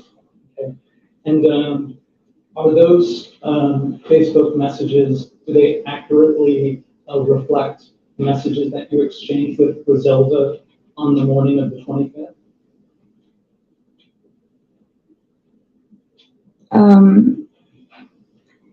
Yes, it's just not the morning, it's like after. And So I know you're looking at it, and you say it's the afternoon because it says 13. UTC 1:40, 13:40. Is that why you're saying it's the afternoon? Yeah, it's like after. Um, so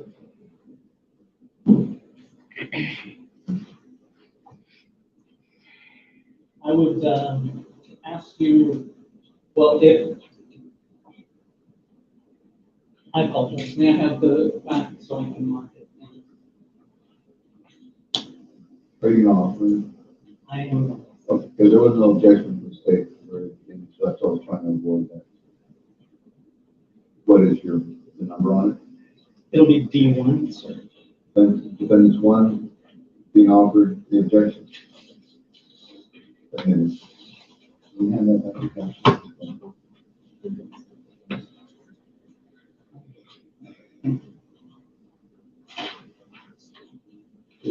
Is one and two or just one? Oh my God. It's 2 pages. All right. So I'll do This one is one. defendants 1.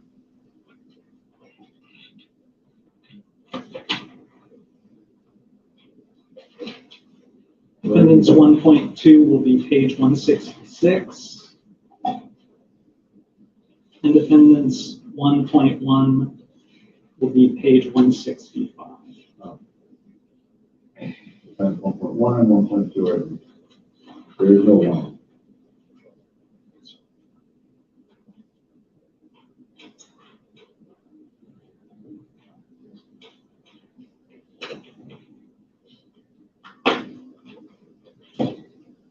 So, and I apologize, I put them in the bin on the retrieve it into the back. Go ahead. Trying to make it work.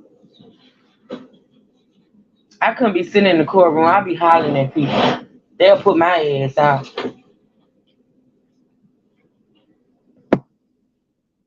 So now if I could have you look at page 165. I apologize. Page 166 as it's marked at the top, which for the record is appendix 1.2. And at the bottom of the page, it's the 4th message from the bottom that says author Adriana Lynette. Is that you? Yes. Okay. And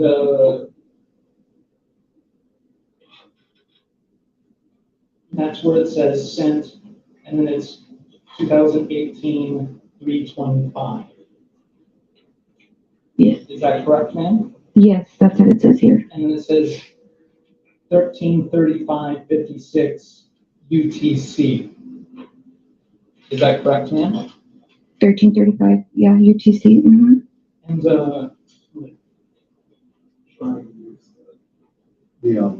it,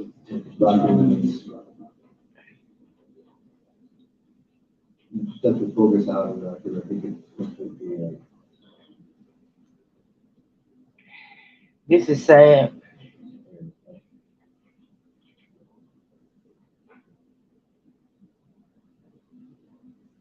all right.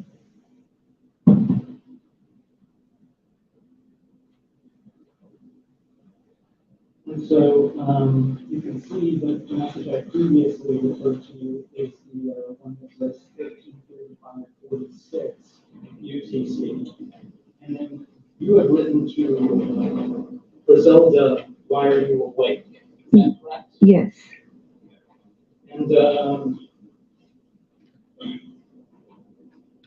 that UTC doesn't refer to Central Standard Time that we're in. Is Okay. that where you understand it? Yeah, that's that. I was getting confused with the time. So we're not sure actually if it's afternoon. Is that correct? From my Facebook records, that would be sent in after midnight. And she replied, and the next, and these are the way that they're ordered here is in reverse order. Yes. Right? So you asked her, why are you awake? And then she said, I can't sleep. Yes. Is that correct? Yes. And then Griselda in the next message wrote to you and said, all night with Dom, and right now I just woke up. Yes. And then you all have a discussion about going to the concert. Is that correct? Yes.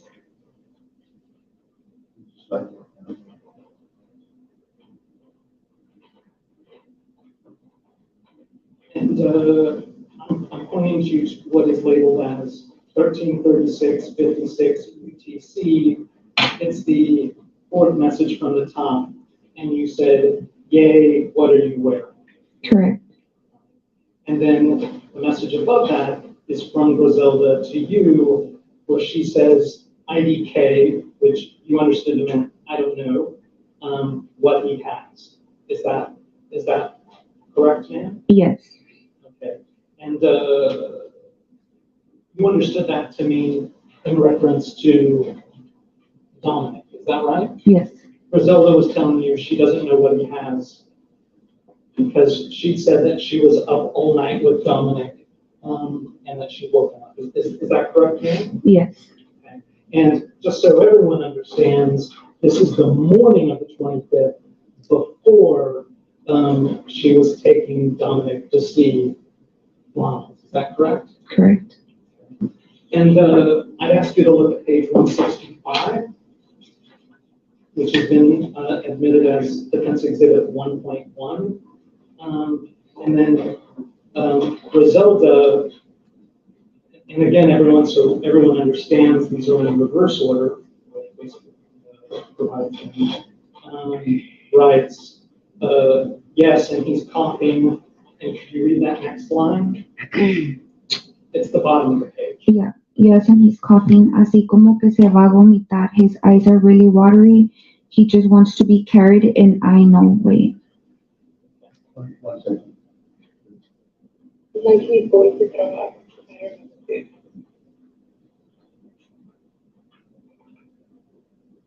I'm sorry, Did you hear that? Did you hear it? Yes. She heard it. Did you understand that when Griselda wrote that Dominic had been coughing all night and it looked like he was going to vomit? Yes. And that his eyes were really watery and he just wanted to be carried. Yes. And so that was the entire night before Dominic saw Ronnie. Is that correct? According to the date, yes. And you have no reason to suspect that Facebook has altered the date? Is that No. correct? And, matter of fact, two messages up, so it's three messages from the bottom. You respond to her with, "That's Aaron right now, dude." Is that correct? Yes. And is Aaron your child? Aaron is my child, yes. Okay, so your child was sick at the same time, is that correct? Yes. And Rosilda, in the next line, she describes in more detail about Dominic's condition, and it was all night, was waking up crying, and with a fever and whatnot. Is that correct? Yes.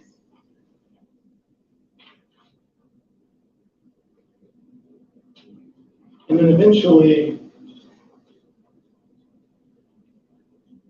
as you've already described, you both decided to go to the Bad Bunny concert. Is that what I mean? Yes. Y'all know, y'all listening to this. I hope y'all still are, but right now what he's doing is he's showing that man, this is crazy. What he's doing, if y'all listening, what he's doing right now is he's showing that these two young women, Adriana, which is the best friend, and Griselda, who's the victim, both had sick babies. Okay. Both had sick babies, and they decided to attend a concert. If you pay attention and listen to what he's doing, that's basically what he's doing. So, and I just want to, this is summarizing it, and from your understanding and what Griselda had told you, Dominic was sick prior to seeing Ronald on the 25th. Is that your understanding, ma'am? According to the messages, yes.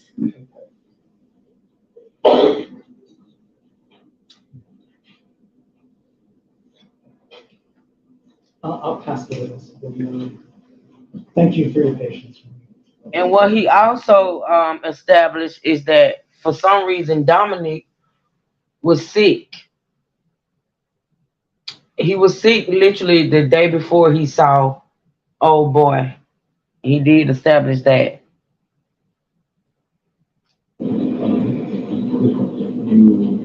are excused and go back to the witness. Thank you.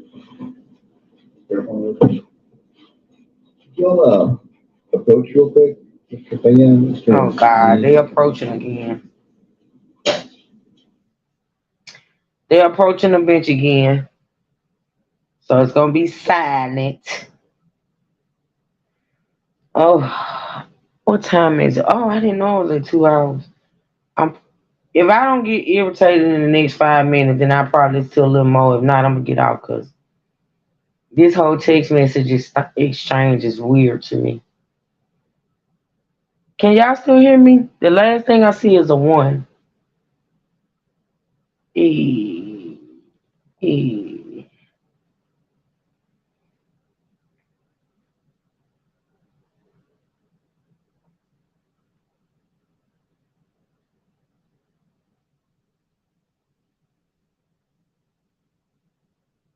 Break, Okay. just take a little morning Thank break. It you. won't Thank be, you, Coco hopefully we can Cabana. keep it inside of 10 minutes, okay? Thank you.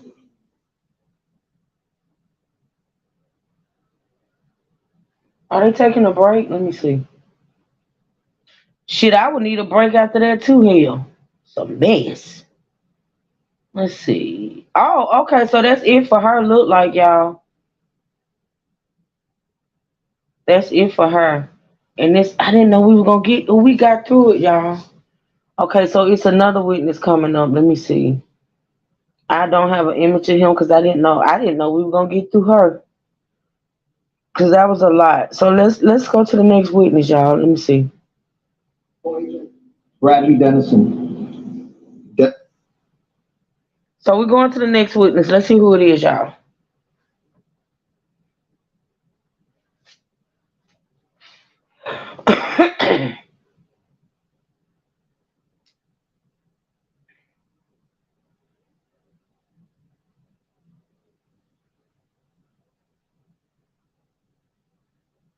Thank y'all.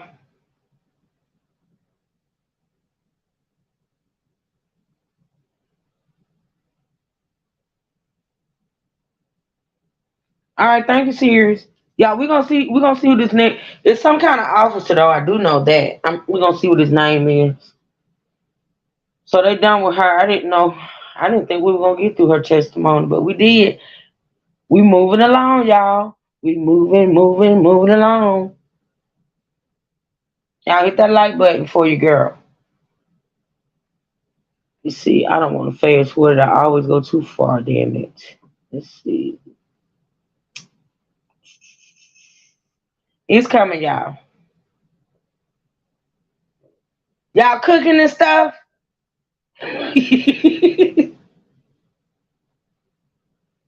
Cause I'm done. I was done before I came live. Who going live at 122? What's that? 122 or 220? 222, 322 Eastern, 222. What Trey going live? I didn't know he had a live schedule. Thank you for advertising some of my chat I knew nothing about, ma'am. Thank you for the promotions. 222 Trey going live. Oh, he talking about old boy. Goody. Next witness, please. Take home Border Patrol Agent Bradley Dennison. Dennison or Dennison? Dennison, Bradley. So that means we got one more hour, y'all. I don't know if I'm gonna go the full hour, but Trey will be live at 222. All right, thank you.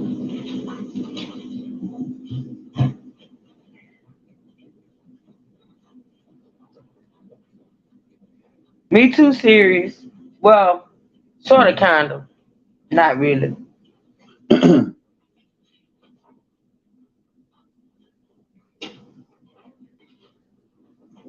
morning to you. Girl, you know I ain't got no problem with you promoting Raggedy over there. I'm probably not going to make it that. Well, why did you? Well, what time you think it's gonna be, Trey? You know what? What time you think it's gonna be?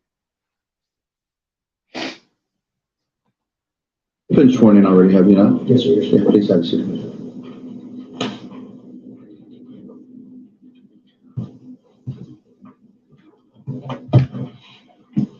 You got some water already? Yes, sir. Thank you. We'll proceed when ready.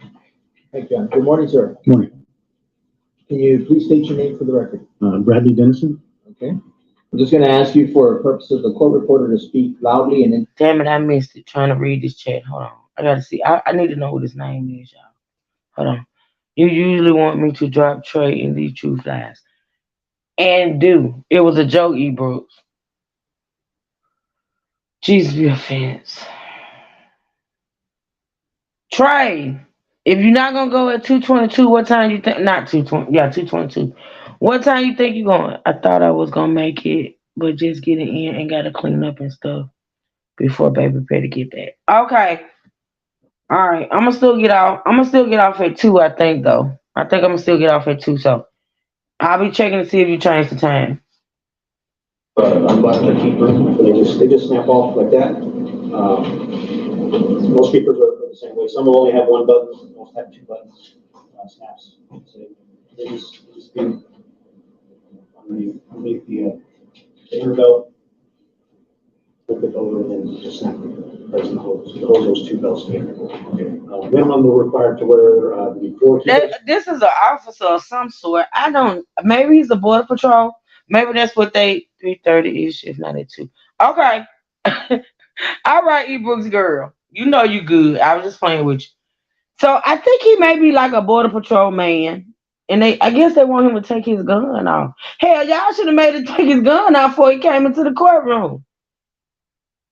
He looked like a grizzly bear. I'm gonna have an image of him up tomorrow, y'all. But he's an officer of some sort. I think he's maybe a co-worker of old boy.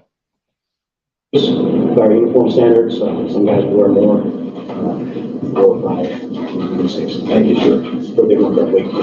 Thank you so much.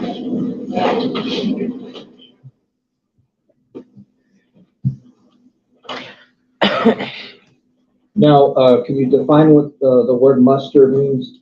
So muster for us in the Border Patrol would be a gathering we have, I guess, at the beginning of every shift. We report to our duty station. We gather in the muster room that's designated at the station. Everybody who's working that shift for that day, supervisors, watch commander, regular agents, we all gather there. Roll is called. Assignments are given out. Any information about patrol information from the day before, what things to expect that day, things that might be going on in the community, information like that, significant arrests, all that information is given out. After muster, everybody after they get their work assignments, you go get your vehicle assignments, any equipment you want to check out from the station, and then we leave the station and go report to our assigned areas of duty for the day. Another term that I want you to explain is kilo unit. So a kilo unit in the Border Patrol is a pickup truck. Could be a Ford, could be a Chevy, could be a Dodge, but that's the part of the number designator for a pickup truck in the Border Patrol. Usually it'll start with kilo, and then after that, it has an assigned number for the individual pickup truck. When you say it starts with kilo, is that the letter K? The letter K, yes, sir. Letter not K. The word kilo. No, it's the letter K, and then either 4 or 5 numbers will follow that. Okay. What about boots? What kind of, are you guys issued boots, or what type of boots do y'all use? So we're not issued and required to wear a specific brand or model of boot. The way our uniforms work, we have a uniform allowance that we're issued every year. Every agent is given the same amount, a certain dollar amount that we can spend through our uniform company that has the contract to provide our uniforms. On that website through that company, there are certain models that we can purchase, certain makes, manufacturers, but we're not required to wear only those. We're restricted by color, material, things of that nature. As long as our boots meet those requirements, we can go outside of those uniform ordering website, but we have to spend our own money. If we're going to use the uniform allowance, most agents will buy from those boots that are available to them on the website there. Okay. And as far as the green uniform that you wear today, is that issued? That is also available on that site, and that is required. We can't go outside of that provider to provide our actual uniforms. The only thing we can go outside for is belts or nylon gear and boots. Everything else pretty much has to come through that uniform provider. What about knives, folding knives, utility knives? You guys carry that on your own, or is it issued? No, that's not issued. Most agents carry one, a knife of some type, but that's up to us to provide on our own. What about what are the primary duties and responsibilities of a Border Patrol agent like yourself? As far as like our mission statement, or just what we do on a day-to-day basis? Well, I mean, your mission statement, and then what you do day to day. So day to day, an average day for a Road North agent on the shift on the line, we have multiple duties that we cover. Obviously, the checkpoint. Most people are familiar with our checkpoint that we run up on I-35, and then mainly, other than some support roles, it's going to be to patrol the river areas of Laredo. Also the highway areas, the ranches north of town, to detect any kind of illegal entry into the country, whether it's terrorist weapons, illegal aliens, any other kind of contraband. That's primarily what we do on a day-to-day basis. Okay. Now, I want to direct your attention to April the 9th of 2018. Do you recall that day? Yes, sir, I do. Okay. Were you on duty that day? Yes, sir, I was. Let's start off. Okay, I don't know if I made this clear, but this is Officer Dennison, y'all. This is Officer Dennison, and he's on the Border Patrol as well.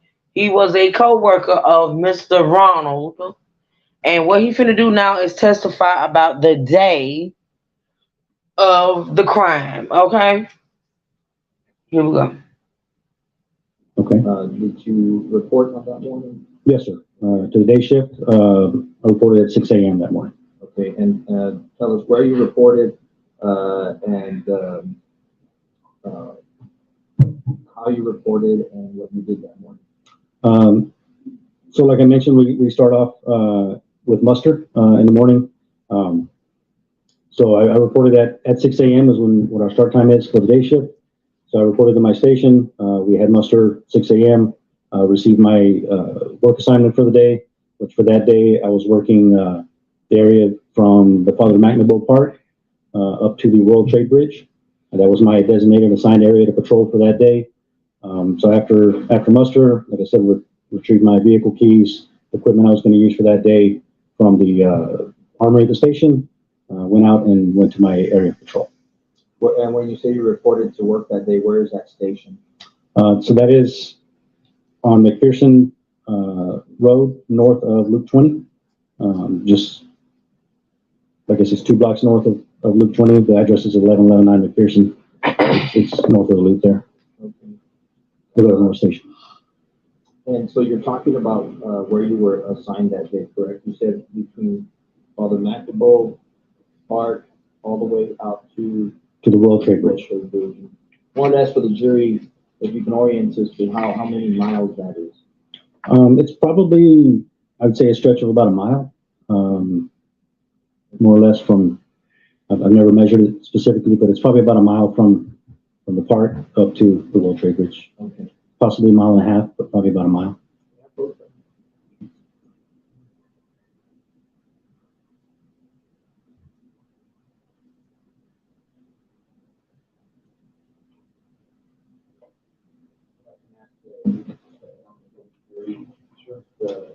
You may step down, sir. This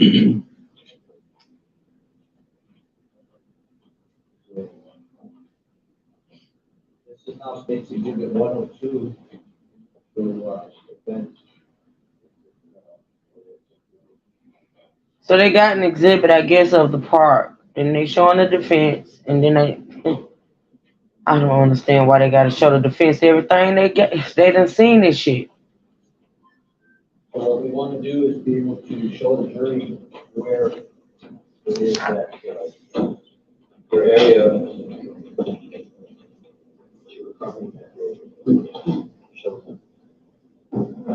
So Mayor, this is the World Trade Bridge here. This is Mexican side of the river, United States. This is the World Trade Bridge. My area would have gone from that bridge all the way down here to where the park begins. So the fields are here, baseball field here. So pretty much right here at the baseball field, I was considered the starting park. Now it's a little more developed. It's sort of maximum. It's pretty much from the end of 1280 down.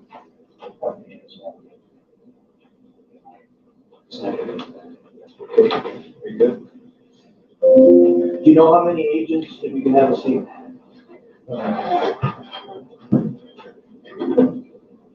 Do you know how many agents were assigned that day to that region? So the specific area that I was assigned to, it was only me, sir. Do you know an agent by the name of Maximo Lugo? I do, sir, yes. Do you know where he was assigned on that day? So he was assigned the next area downriver of me, south of me, which that area encompasses Fletcher Lane, from Fletcher Lane up to the start of the park there. Okay, so it would have been adjacent or contiguous to you? Would have been. Correct, sir, yes. So you all would have been in areas that touch each other? Yes, sir. Do you know Agent Ronald Anthony Burgos Aguilas? Yes, sir. And if you can, do you see him in the courtroom today? Yes, sir, I do. And can you identify an article of clothing he's wearing or where he's sitting? Yes, sir. He's wearing looks like a light blue shirt, blue tie, sitting at the table over there. The record reflects that Agent Dennison has identified Ronald Anthony Burgos Aguilas. How do you know him?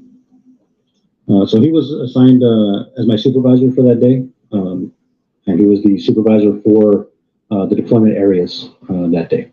So he would have been in charge or overseeing all of our deployment zones for that day, which would have been a number of agents. When you say a number of agents, would it be 3, 4, 5? I mean, Specifically, I don't know without having the daily schedule in front of me, but it probably would have been anywhere between 5 to 10 agents, I would imagine. And he would have been the supervisor. Correct, yes. Do you know if the agent, or Mr. Lucas Aguilas was dressed in his uniform that day? Yes, sir. Yeah, he was at the muster that I attended that morning, and at that time, he was definitely in his uniform, yes. So he was present during the muster. Yes. What about Agent Lugo? Was he out in that zone that you described? Was he going to go out that zone? So he was at the muster as well, and he was at that time also assigned some collateral duties aside from his normal patrol duties. He was assigned to do a station inventory of one of the station inventory takers. So pretty much annually we have a inventory of all of our gear or equipment that's assigned to us, be that radios, flashlights, GPSs, things of that nature, phones, laptops, anything that's government issued equipment that's on a property card that's assigned to an agent. We have to bring it in and they check serial numbers on it and make sure everything's accounted for once a year at that time. So he was part of that group of agents that were assigned collateral duty of taking inventory. So that morning, and usually it stretches a period of a month or so that everybody to make sure everybody has a chance to bring in their stuff. So that morning it had been put out at muster that Agent Lugo was going to be there, be available at the station all morning long to be able to take inventory of your equipment. So if you had your equipment with you that morning, or if you were available to go pick it up, you had it in your locker, vehicle, whatever, he was going to be there available to bring your equipment. So that he wasn't going to be in his area. He'd be there at the station available to do that inventory. Did he have the similar position as Agent Lucas Aguilas? Is he also a supervisor level? No, sir, he was not. No, he was. So instead of being out in the field, That be me, Ebro. and all of you knew this. Child. So it was announced to everyone at muster that morning. Okay. So that morning, do you make it out to your designated area? Yes, sir. And that's Father Mancabo Park? Correct. Is that in Webb County? Yes, sir. And what type of vehicle were you in? I was driving a Ford F-150, a kilo unit. Remember the number of that kilo unit? Kilo 45153. 45153. Yes, sir. That was your unit. Yes, sir. Okay. Do you remember driving by the park on that morning? Yes, sir. I did have occasion to go in the park that morning. Patrolling. Patrol, yes, of course. Looking for any sort of illegal activity. Correct, sir. You remember seeing any vehicles in the park that morning? So yes, one vehicle that drew my attention that morning as I was entering the park. I had gone from the top end of my area downriver, entered the park, and as I was passing through the park, would you like me to show on the map more or less the location? Maybe give a more better visual. I'm going to add this has already been also marked the states exhibit 97 a bit bigger.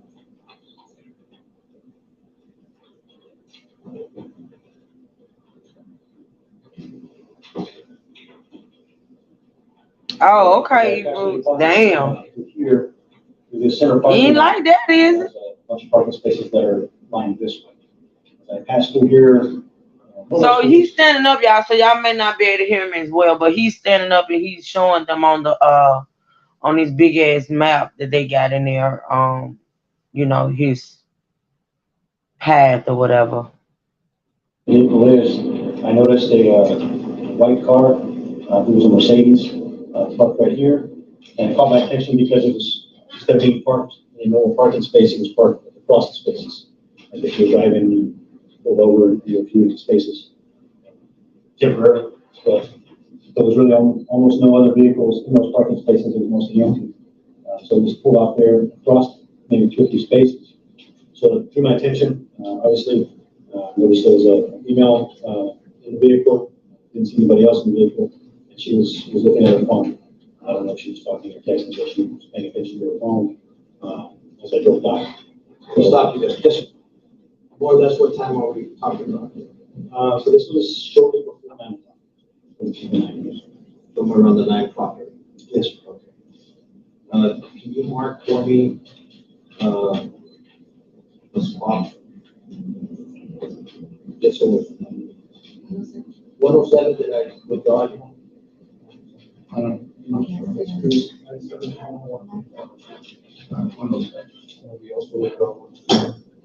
That's 107, the one you have displayed now? 97, I'm sorry, 97. 97's already been withdrawn. Okay. So you can mark on it. Okay. I'm just gonna ask you to, from what you recall that morning, mark, circle where that car would have been. I'll put your initials right above that. B for Rodney, right? So sometime around 9 a.m. you see a car. Yes. And anything else, anything unusual about that? So like I said, just the way she was parked, obviously she wasn't parked properly yet, so it drew my attention. So as I drove past her, and circle over here, back into a parking space over here in this corner, stayed there for just a short time. I had noticed a little PD unit over at the north end of the park, several other law enforcement vehicles that were coming in the park that were unmarked canine units. That sometimes they go there to train in the park, exercise the canines, things like that. So Let me ask you, why so much law enforcement presence here? Border Patrol, police, what's the importance of your all's presence around? So I can't really speak to the police, but for the Border Patrol, for sure, it's historically been a very high traffic area.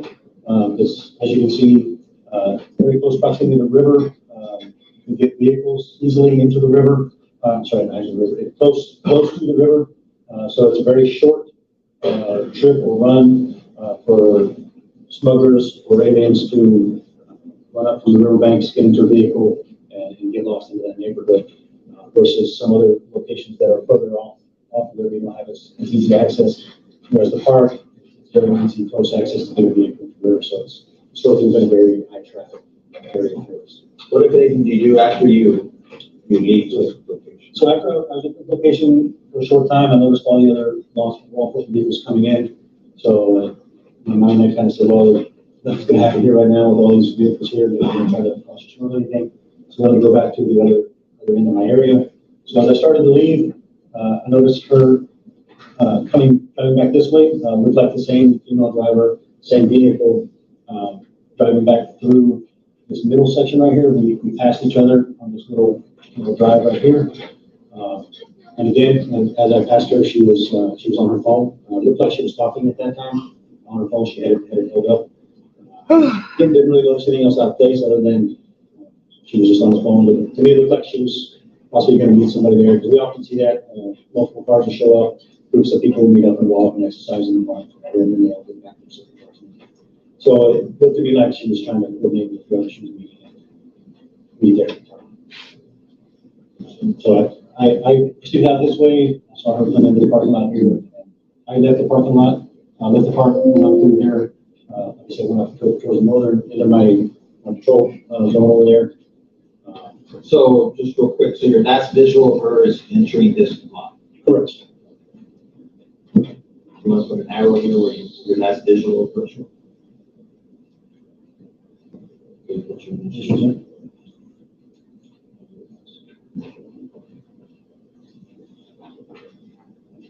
So where do you go after that?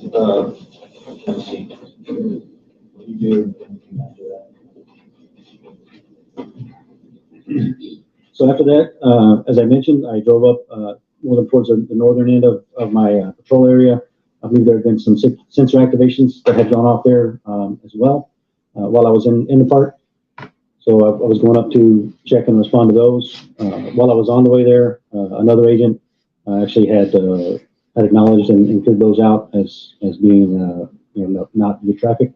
Some machinery, I believe, that set them off.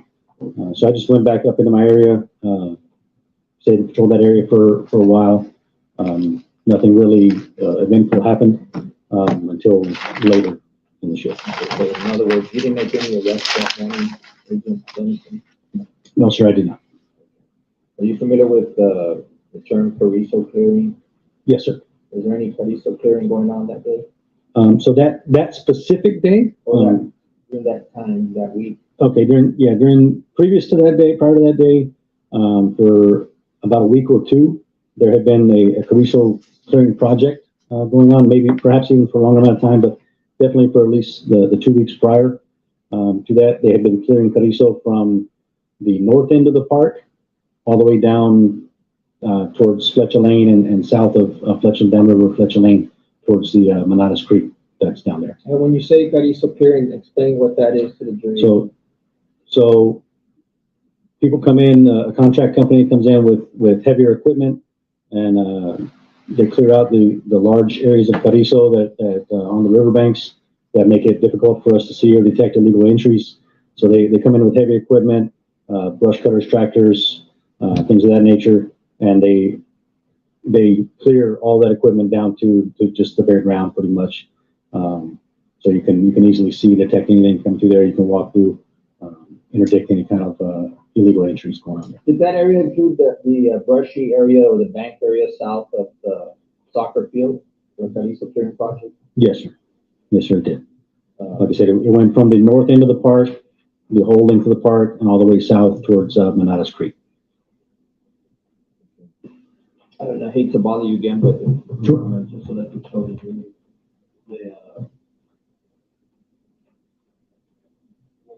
describing the park. So the park would be. Oh my God, this is, All the way up to the north end of the park, which we have here, so a large street that runs here, and it's the end of all the athletic fields. So the clearing project that was going on, was from here, the upper side of the park, all the way down, past the downriver side of the park, all the way pretty much past this map, and all the way down. So it would encompass this brushy area south of the soccer field. Along the riverbanks. Around the river. Yes. They weren't clearing up in here, but they were up in here, but they were clearing on the riverbanks.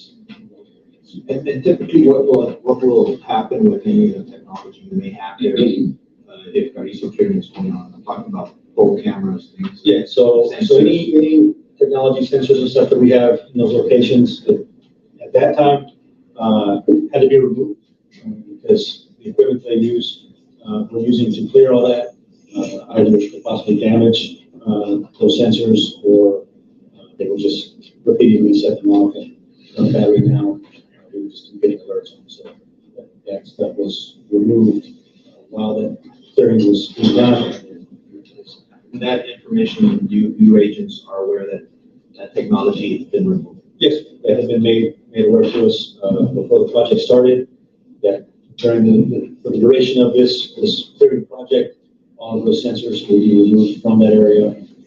So mostly just to prevent damage or loss of any of those, and then you put back after. To my knowledge, the project was still ongoing, so those had not been placed back yet. So thank you.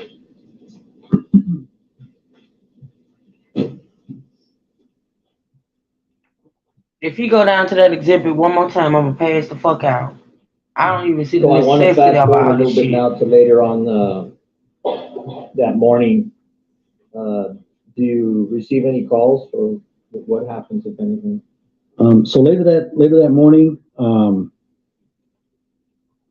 would say right around 11 a.m., a call went out over the radio of a report of a suspicious individual up by the pilot truck stop, near the 13-mile marker.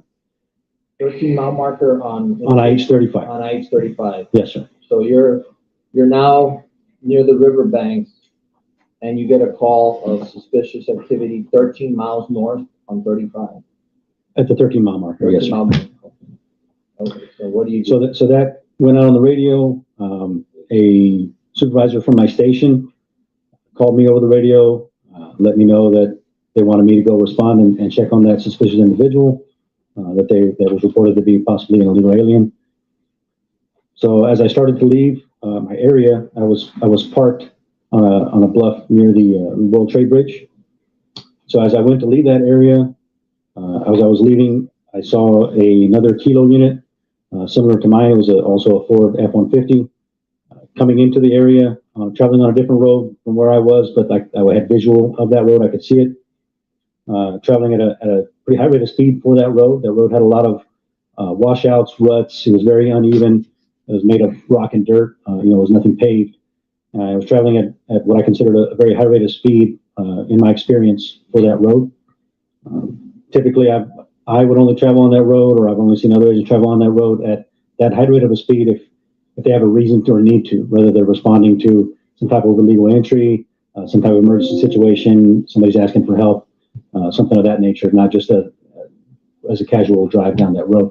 So when I saw this vehicle driving at such a high rate of speed, I decided to follow up, make sure that agent didn't need some help with whatever it is that they were doing, because to me it indicated that they had something going on, more than just a casual drive down the road, like I said. I'm gonna stop you. Sure. Again, because this is important and you get the jury visual.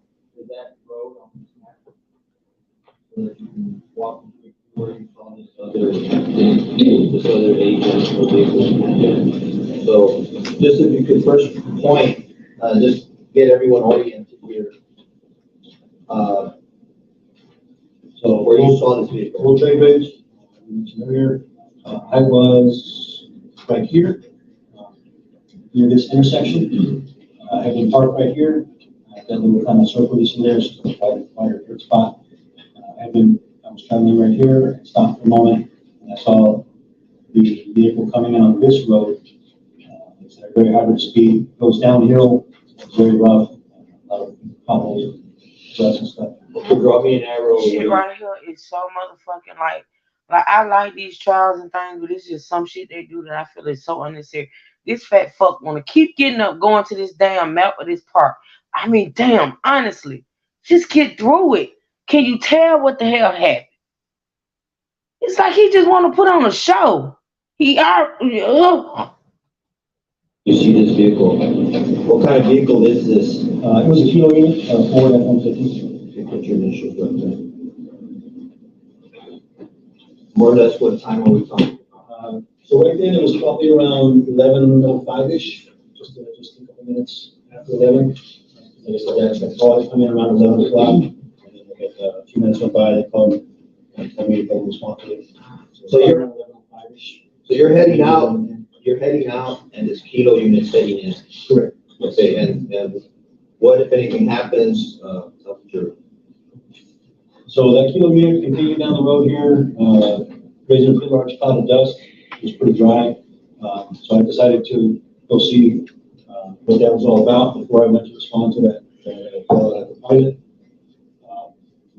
So as you can see, the road goes underneath the bridge over here. It goes over here and I'm sorry, serious. It's just irritating as hell. Because, it's a lot of things that be talked about in these trials that don't even matter.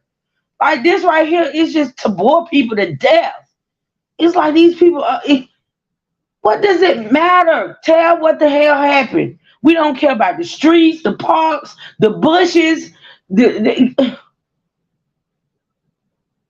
Right on the edge of the map, right here, where that map would be, that you couldn't pass through the vehicle at the time. So I knew that he wasn't going to go very far until he got to wherever he was responding to, whatever he was doing. So without getting on the radio, calling, I just decided we follow him, help him out if he needs it. So I proceeded down the road. I could see that his dust trail continued this direction down the road. Didn't turn here, so I just kept following down the road. Do you go under the bridge? I did go underneath the bridge, yes, sir.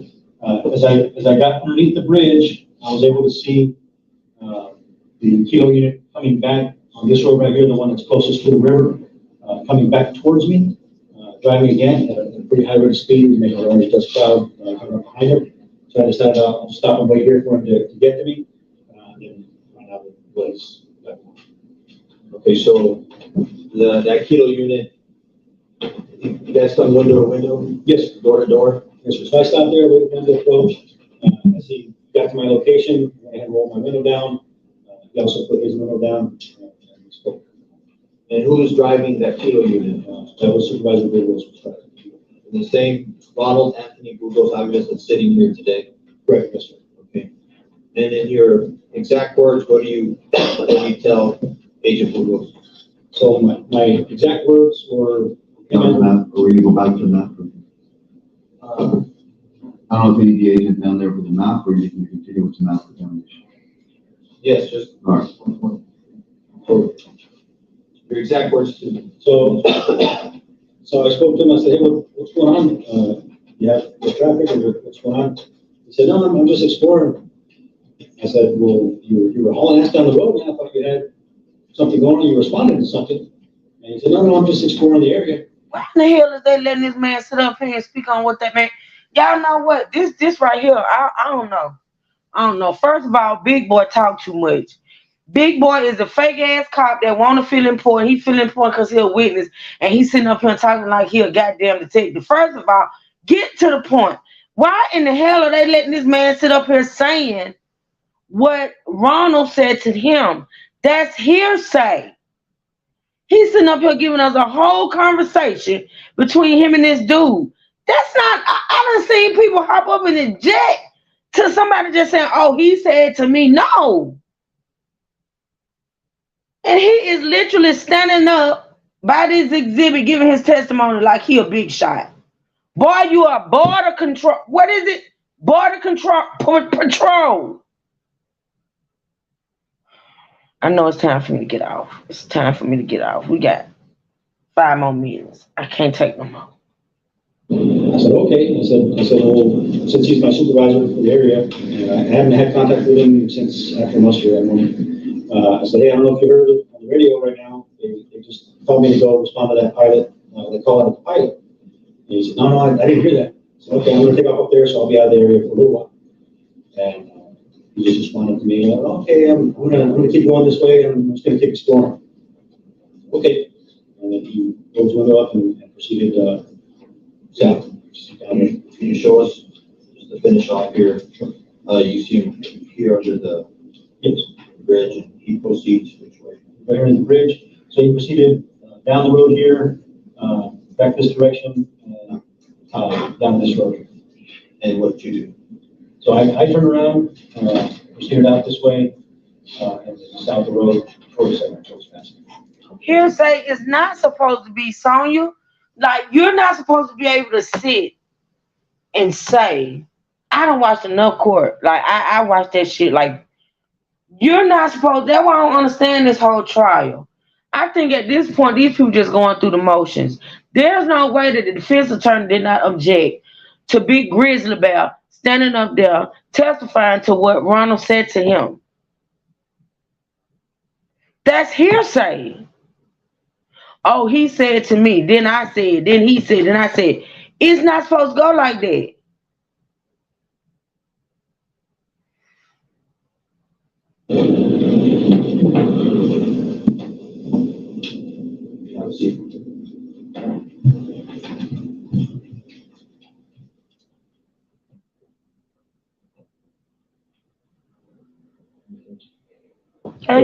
Exploring, what did you think about that word? Any impressions? So yeah, at the time that I spoke with him, when he used that word multiple times, exploring, it struck me as an odd word to use. Why? Because at that time, Mr. Burgos had been an agent at the same station, at the Red Station, for I believe about 9 years. So he had experience working that area of operations for many years, just as I did. So I really didn't, I never would have thought anybody used the word exploring for that. The only time you ever hear typically an agent use the word exploring would be, we're going to a brand new area we've never worked at, or if you've been gone for a long time, detailed to another station or another academy for a few years, and you come back, well, you're going to explore and see what's changed, what's different. If you're going through a location that you've been through hundreds of times or more, exploring just seemed like a very odd choice of words for that. So you told the jury that you received a call that you're going to respond to at the 13 mile marker. Did you go? Yes, sir. Okay, and how long, or tell us from there what, if anything, happened? So I proceeded north of 13 mile marker. as I approached and identified the individual that was from the call out, matched the description that our dispatcher had put out. As I approached him, went to exit my vehicle, I heard a radio transmission on our radio from Supervisor Burgos, stating that he had found a woman who was injured on the near the riverbanks on one of the river roads there near the end of Bristol. He was asking for another agent that was also in the area to, I guess he had seen there another agent there to come and help him, and he was asking for EMTs for the lady because he said she was injured. And you more or less remember around the time this happened? So that was more or less around 20 minutes after 11 or so. Because like I said, it was around 11:05, 11:10 or so when I encountered Mr. Burgos there near the bridge, and then driving time to get up to the pilot there. And like I said, as soon as I arrived there around the 13-mile marker, it was when he put that over the radio. So it was more or less around 11:20ish. Okay, so what do you do after you hear that call of him asking for other agents? So when I heard that call, like I said, I was encountering this other individual. I went ahead and immediately conducted my immigration inspection of that individual, which turned out to be he was a United States citizen. As I went to leave, he asked me for a bottle of water. I tossed him a bottle of water real quick that I had in my ice chest. Got back in my vehicle and proceeded back south towards Bristol to assist any way that I could. Are you gonna finally get to finding this girl's body? You know what, y'all? That's it for today. Hopefully, when we come back tomorrow, I got 15. Is Trey in here? E-books. Ask Trey, is he going on at 2:22 or 3:30? Which one? Because I do these 15 minutes to make it even 3 hours. But I got to get that. This man right here, Grizzly Bear, done irritated the fuck out of me. Now, they went through all that just for this man to get to the point of finding this woman's body. It's ridiculous. Y'all, it's so unnecessary. By the time you get to the damn evidence of what we need to hear, everybody sleep. See, that's why I can't watch this stuff twice. I have to just watch it with y'all. Because I be done see it, fuck it. I mean, are y'all as irritated as I am that Grizzly done set up here and gave us a whole tour of this part? We don't need that. We don't care. Can you get to when you went and found this woman's body, Grizzly? Damn it, man. So you go back to, you make the location, you said you entered where? Yes, sir. So I proceeded south on H-35, exited the Shiloh exit. You see what I'm talking about? You see what I'm saying? So unnecessary. So I proceeded south on North Boulevard at such and such. Man. Okay, Trey. I'm about to get off because Grizzly done pissed me off. To Mines Road. Mines Road is just a block up there to Bristol. Turn north on you see what I'm saying? Bristol. Went all the way to the end of Bristol. As I arrived at the end of Bristol, the gate that's there at the end that gives us access to the river areas, the dirt roads that are there, was closed and locked. So I exited my vehicle. As I was unlocking that lock, I exited my vehicle as I was unlocking the lock. Why? Why we need to know all this, sir? Here, an ambulance was sounding to me like an ambulance coming up Bristol. So I opened up that gate, brought my truck inside, and waited for the ambulance to arrive so they could Man, he is boring as fuck, and he is being too detailed like that. It's just too much. This let you know right here, this man, he want to be cop. You cop for the day. You top security of the world, Craig, for the day. You done got on this stand, and you just think you just the federales or some shit. I can't. go through the open gate, or I could take them if they chose not to bring their ambulance, because obviously it's a bigger, heavier vehicle that's not maybe designed for off-road use.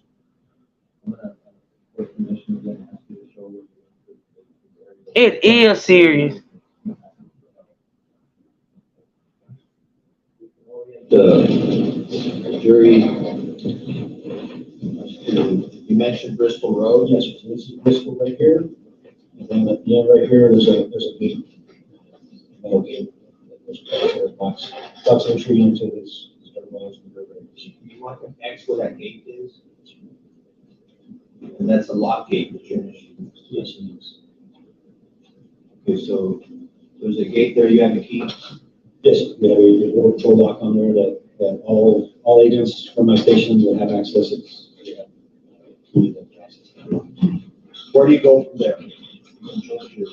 So from there, I pulled in there, stopped, like I said, I waited for the ambulance to arrive. The ambulance arrived, they went ahead and stopped right here on the end of the pavement. They got out of their vehicle, they began to approach my vehicle. They asked me, hey, what's the condition of what's the condition of the lady? And They back at this damn exhibit. I can't. I heard another agent get on the radio and say that they had checked her pulse and they couldn't find a pulse. So I let them know they can't find a pulse on her, so she possibly is deceased. So at that moment, they went ahead, they turned around, they went back to their vehicle, they retrieved some other equipment. And they let them have equipment was, but they retrieved some other equipment as well. Then they came on back to my truck. So when I arrived at the gate, I was waiting for the ambulance. I got on my radio and I called one of the agents that was there on the scene already. And I said, hey, where are you guys at? Where do I go? Because all they had put out was the end of Bristol. That's all I had heard yet. So I didn't know, they're going straight in, turning left, turning right. So I said, where do I go? And I go straight left, right. So one of the agents said, hey, I'll come out and get you. So while I was waiting on the EMTs, another Border agent came out on foot. That was Agent Herndon. Border Agent Herndon, he came out on foot up that road, right in my vehicle at the same time that the EMTs were getting their equipment. So I thought, man, you drive my truck. Me and the EMTs jumped in the bed of my truck and we proceeded down the road. Show us which way you. So we went straight down this road right here, made a left turn, and then we turned right here, went on the riverside of this little island of grass and brush that's here. And as we arrived here, there's already a kilo unit parked there, and then there's a park right. Put the K1 where you saw that kilo unit. K1. Let me try to black one.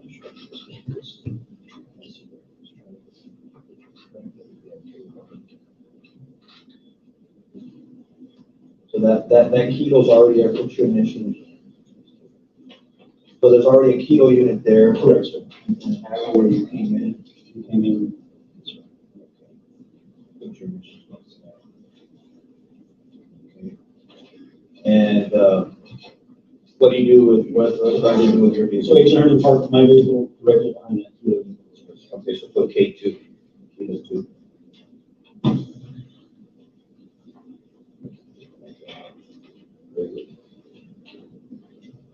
So now you're at the scene.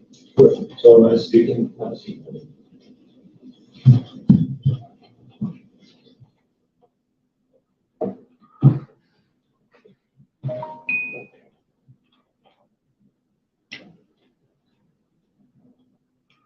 So let's talk about what you see when you get off the back of your truck. So as we arrived there, like I said, Agent Herndon parked my vehicle directly behind the kilo unit that was already there, which was Mr. Burgos' unit.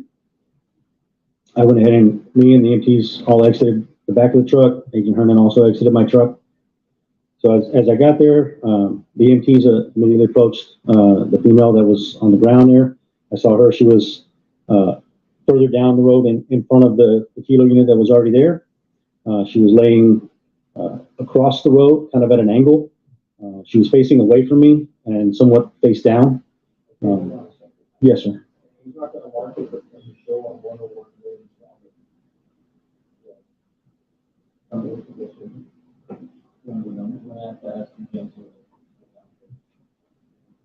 don't know if you can turn a little bit further so we know that we're doing it at the end or not.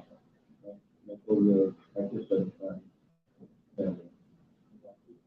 and maybe look to the back just so I know that Okay, I'm done. I'm done. This motherfucker done went back to this picture. All right, y'all. We'll get back into it tomorrow. I can't take it.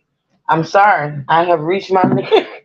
If they keep going back to this damn. I'm done. Yeah. Thank y'all for look 3 hours. Thank you.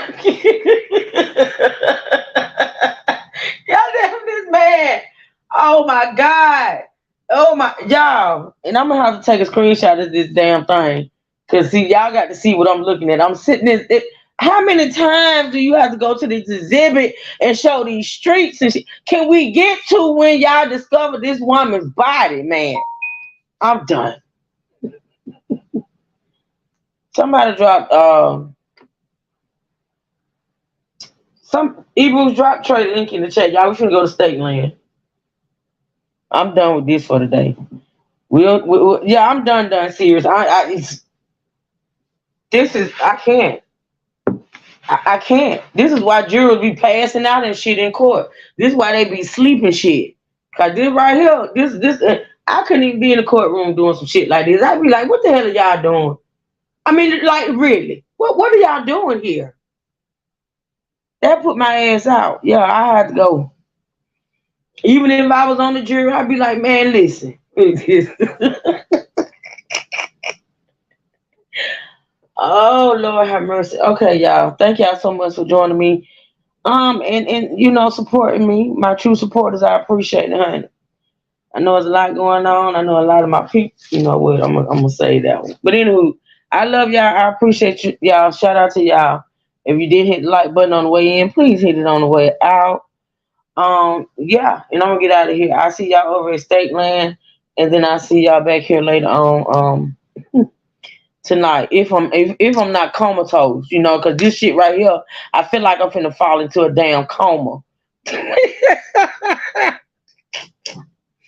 But anyway, thanks to y'all that support this positive commentary. I appreciate it. I love y'all. Y'all have a blessed, beautiful day. Enjoy your friends, your family. Stay safe, stay blessed, and never ever stress. Okay? Like me, stressing out over this damn exhibit. I'm sick of looking at this damn part. Okay, I'm out of here, y'all. I love y'all. Bye. Says my regular, I'm talking things for better now. Oh, things for better now. Oh, way better. Oh, says my regular, I'm talking things for better now. Oh,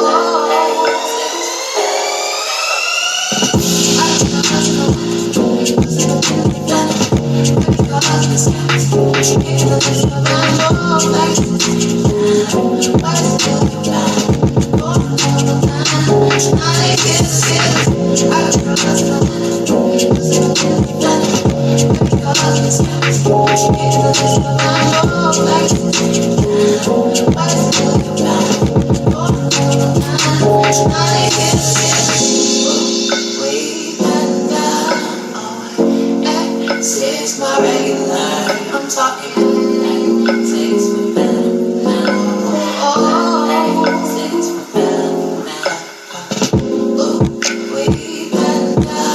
Oh, says my regular, I'm talking things for better now. Oh, things for better now.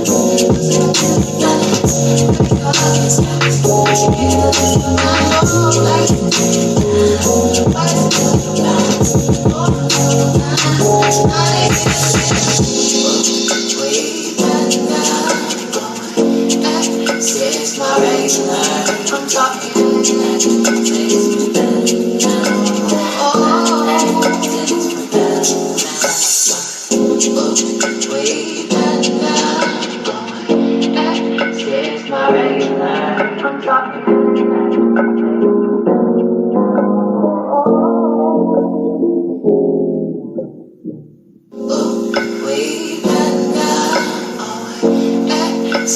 my regular. I'm talking things for better. Oh, things for better. Ooh, we better. This is my regular. I'm talking things for better. Oh,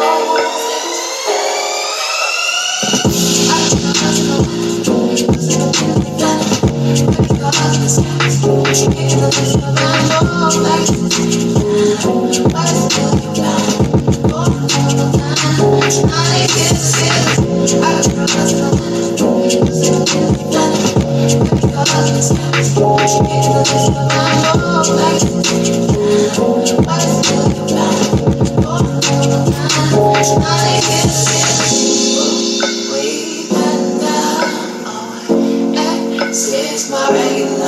I'm talking things for better. Oh, things for better. Ooh, we better. This is my regular. I'm talking things for better. Oh, things for better.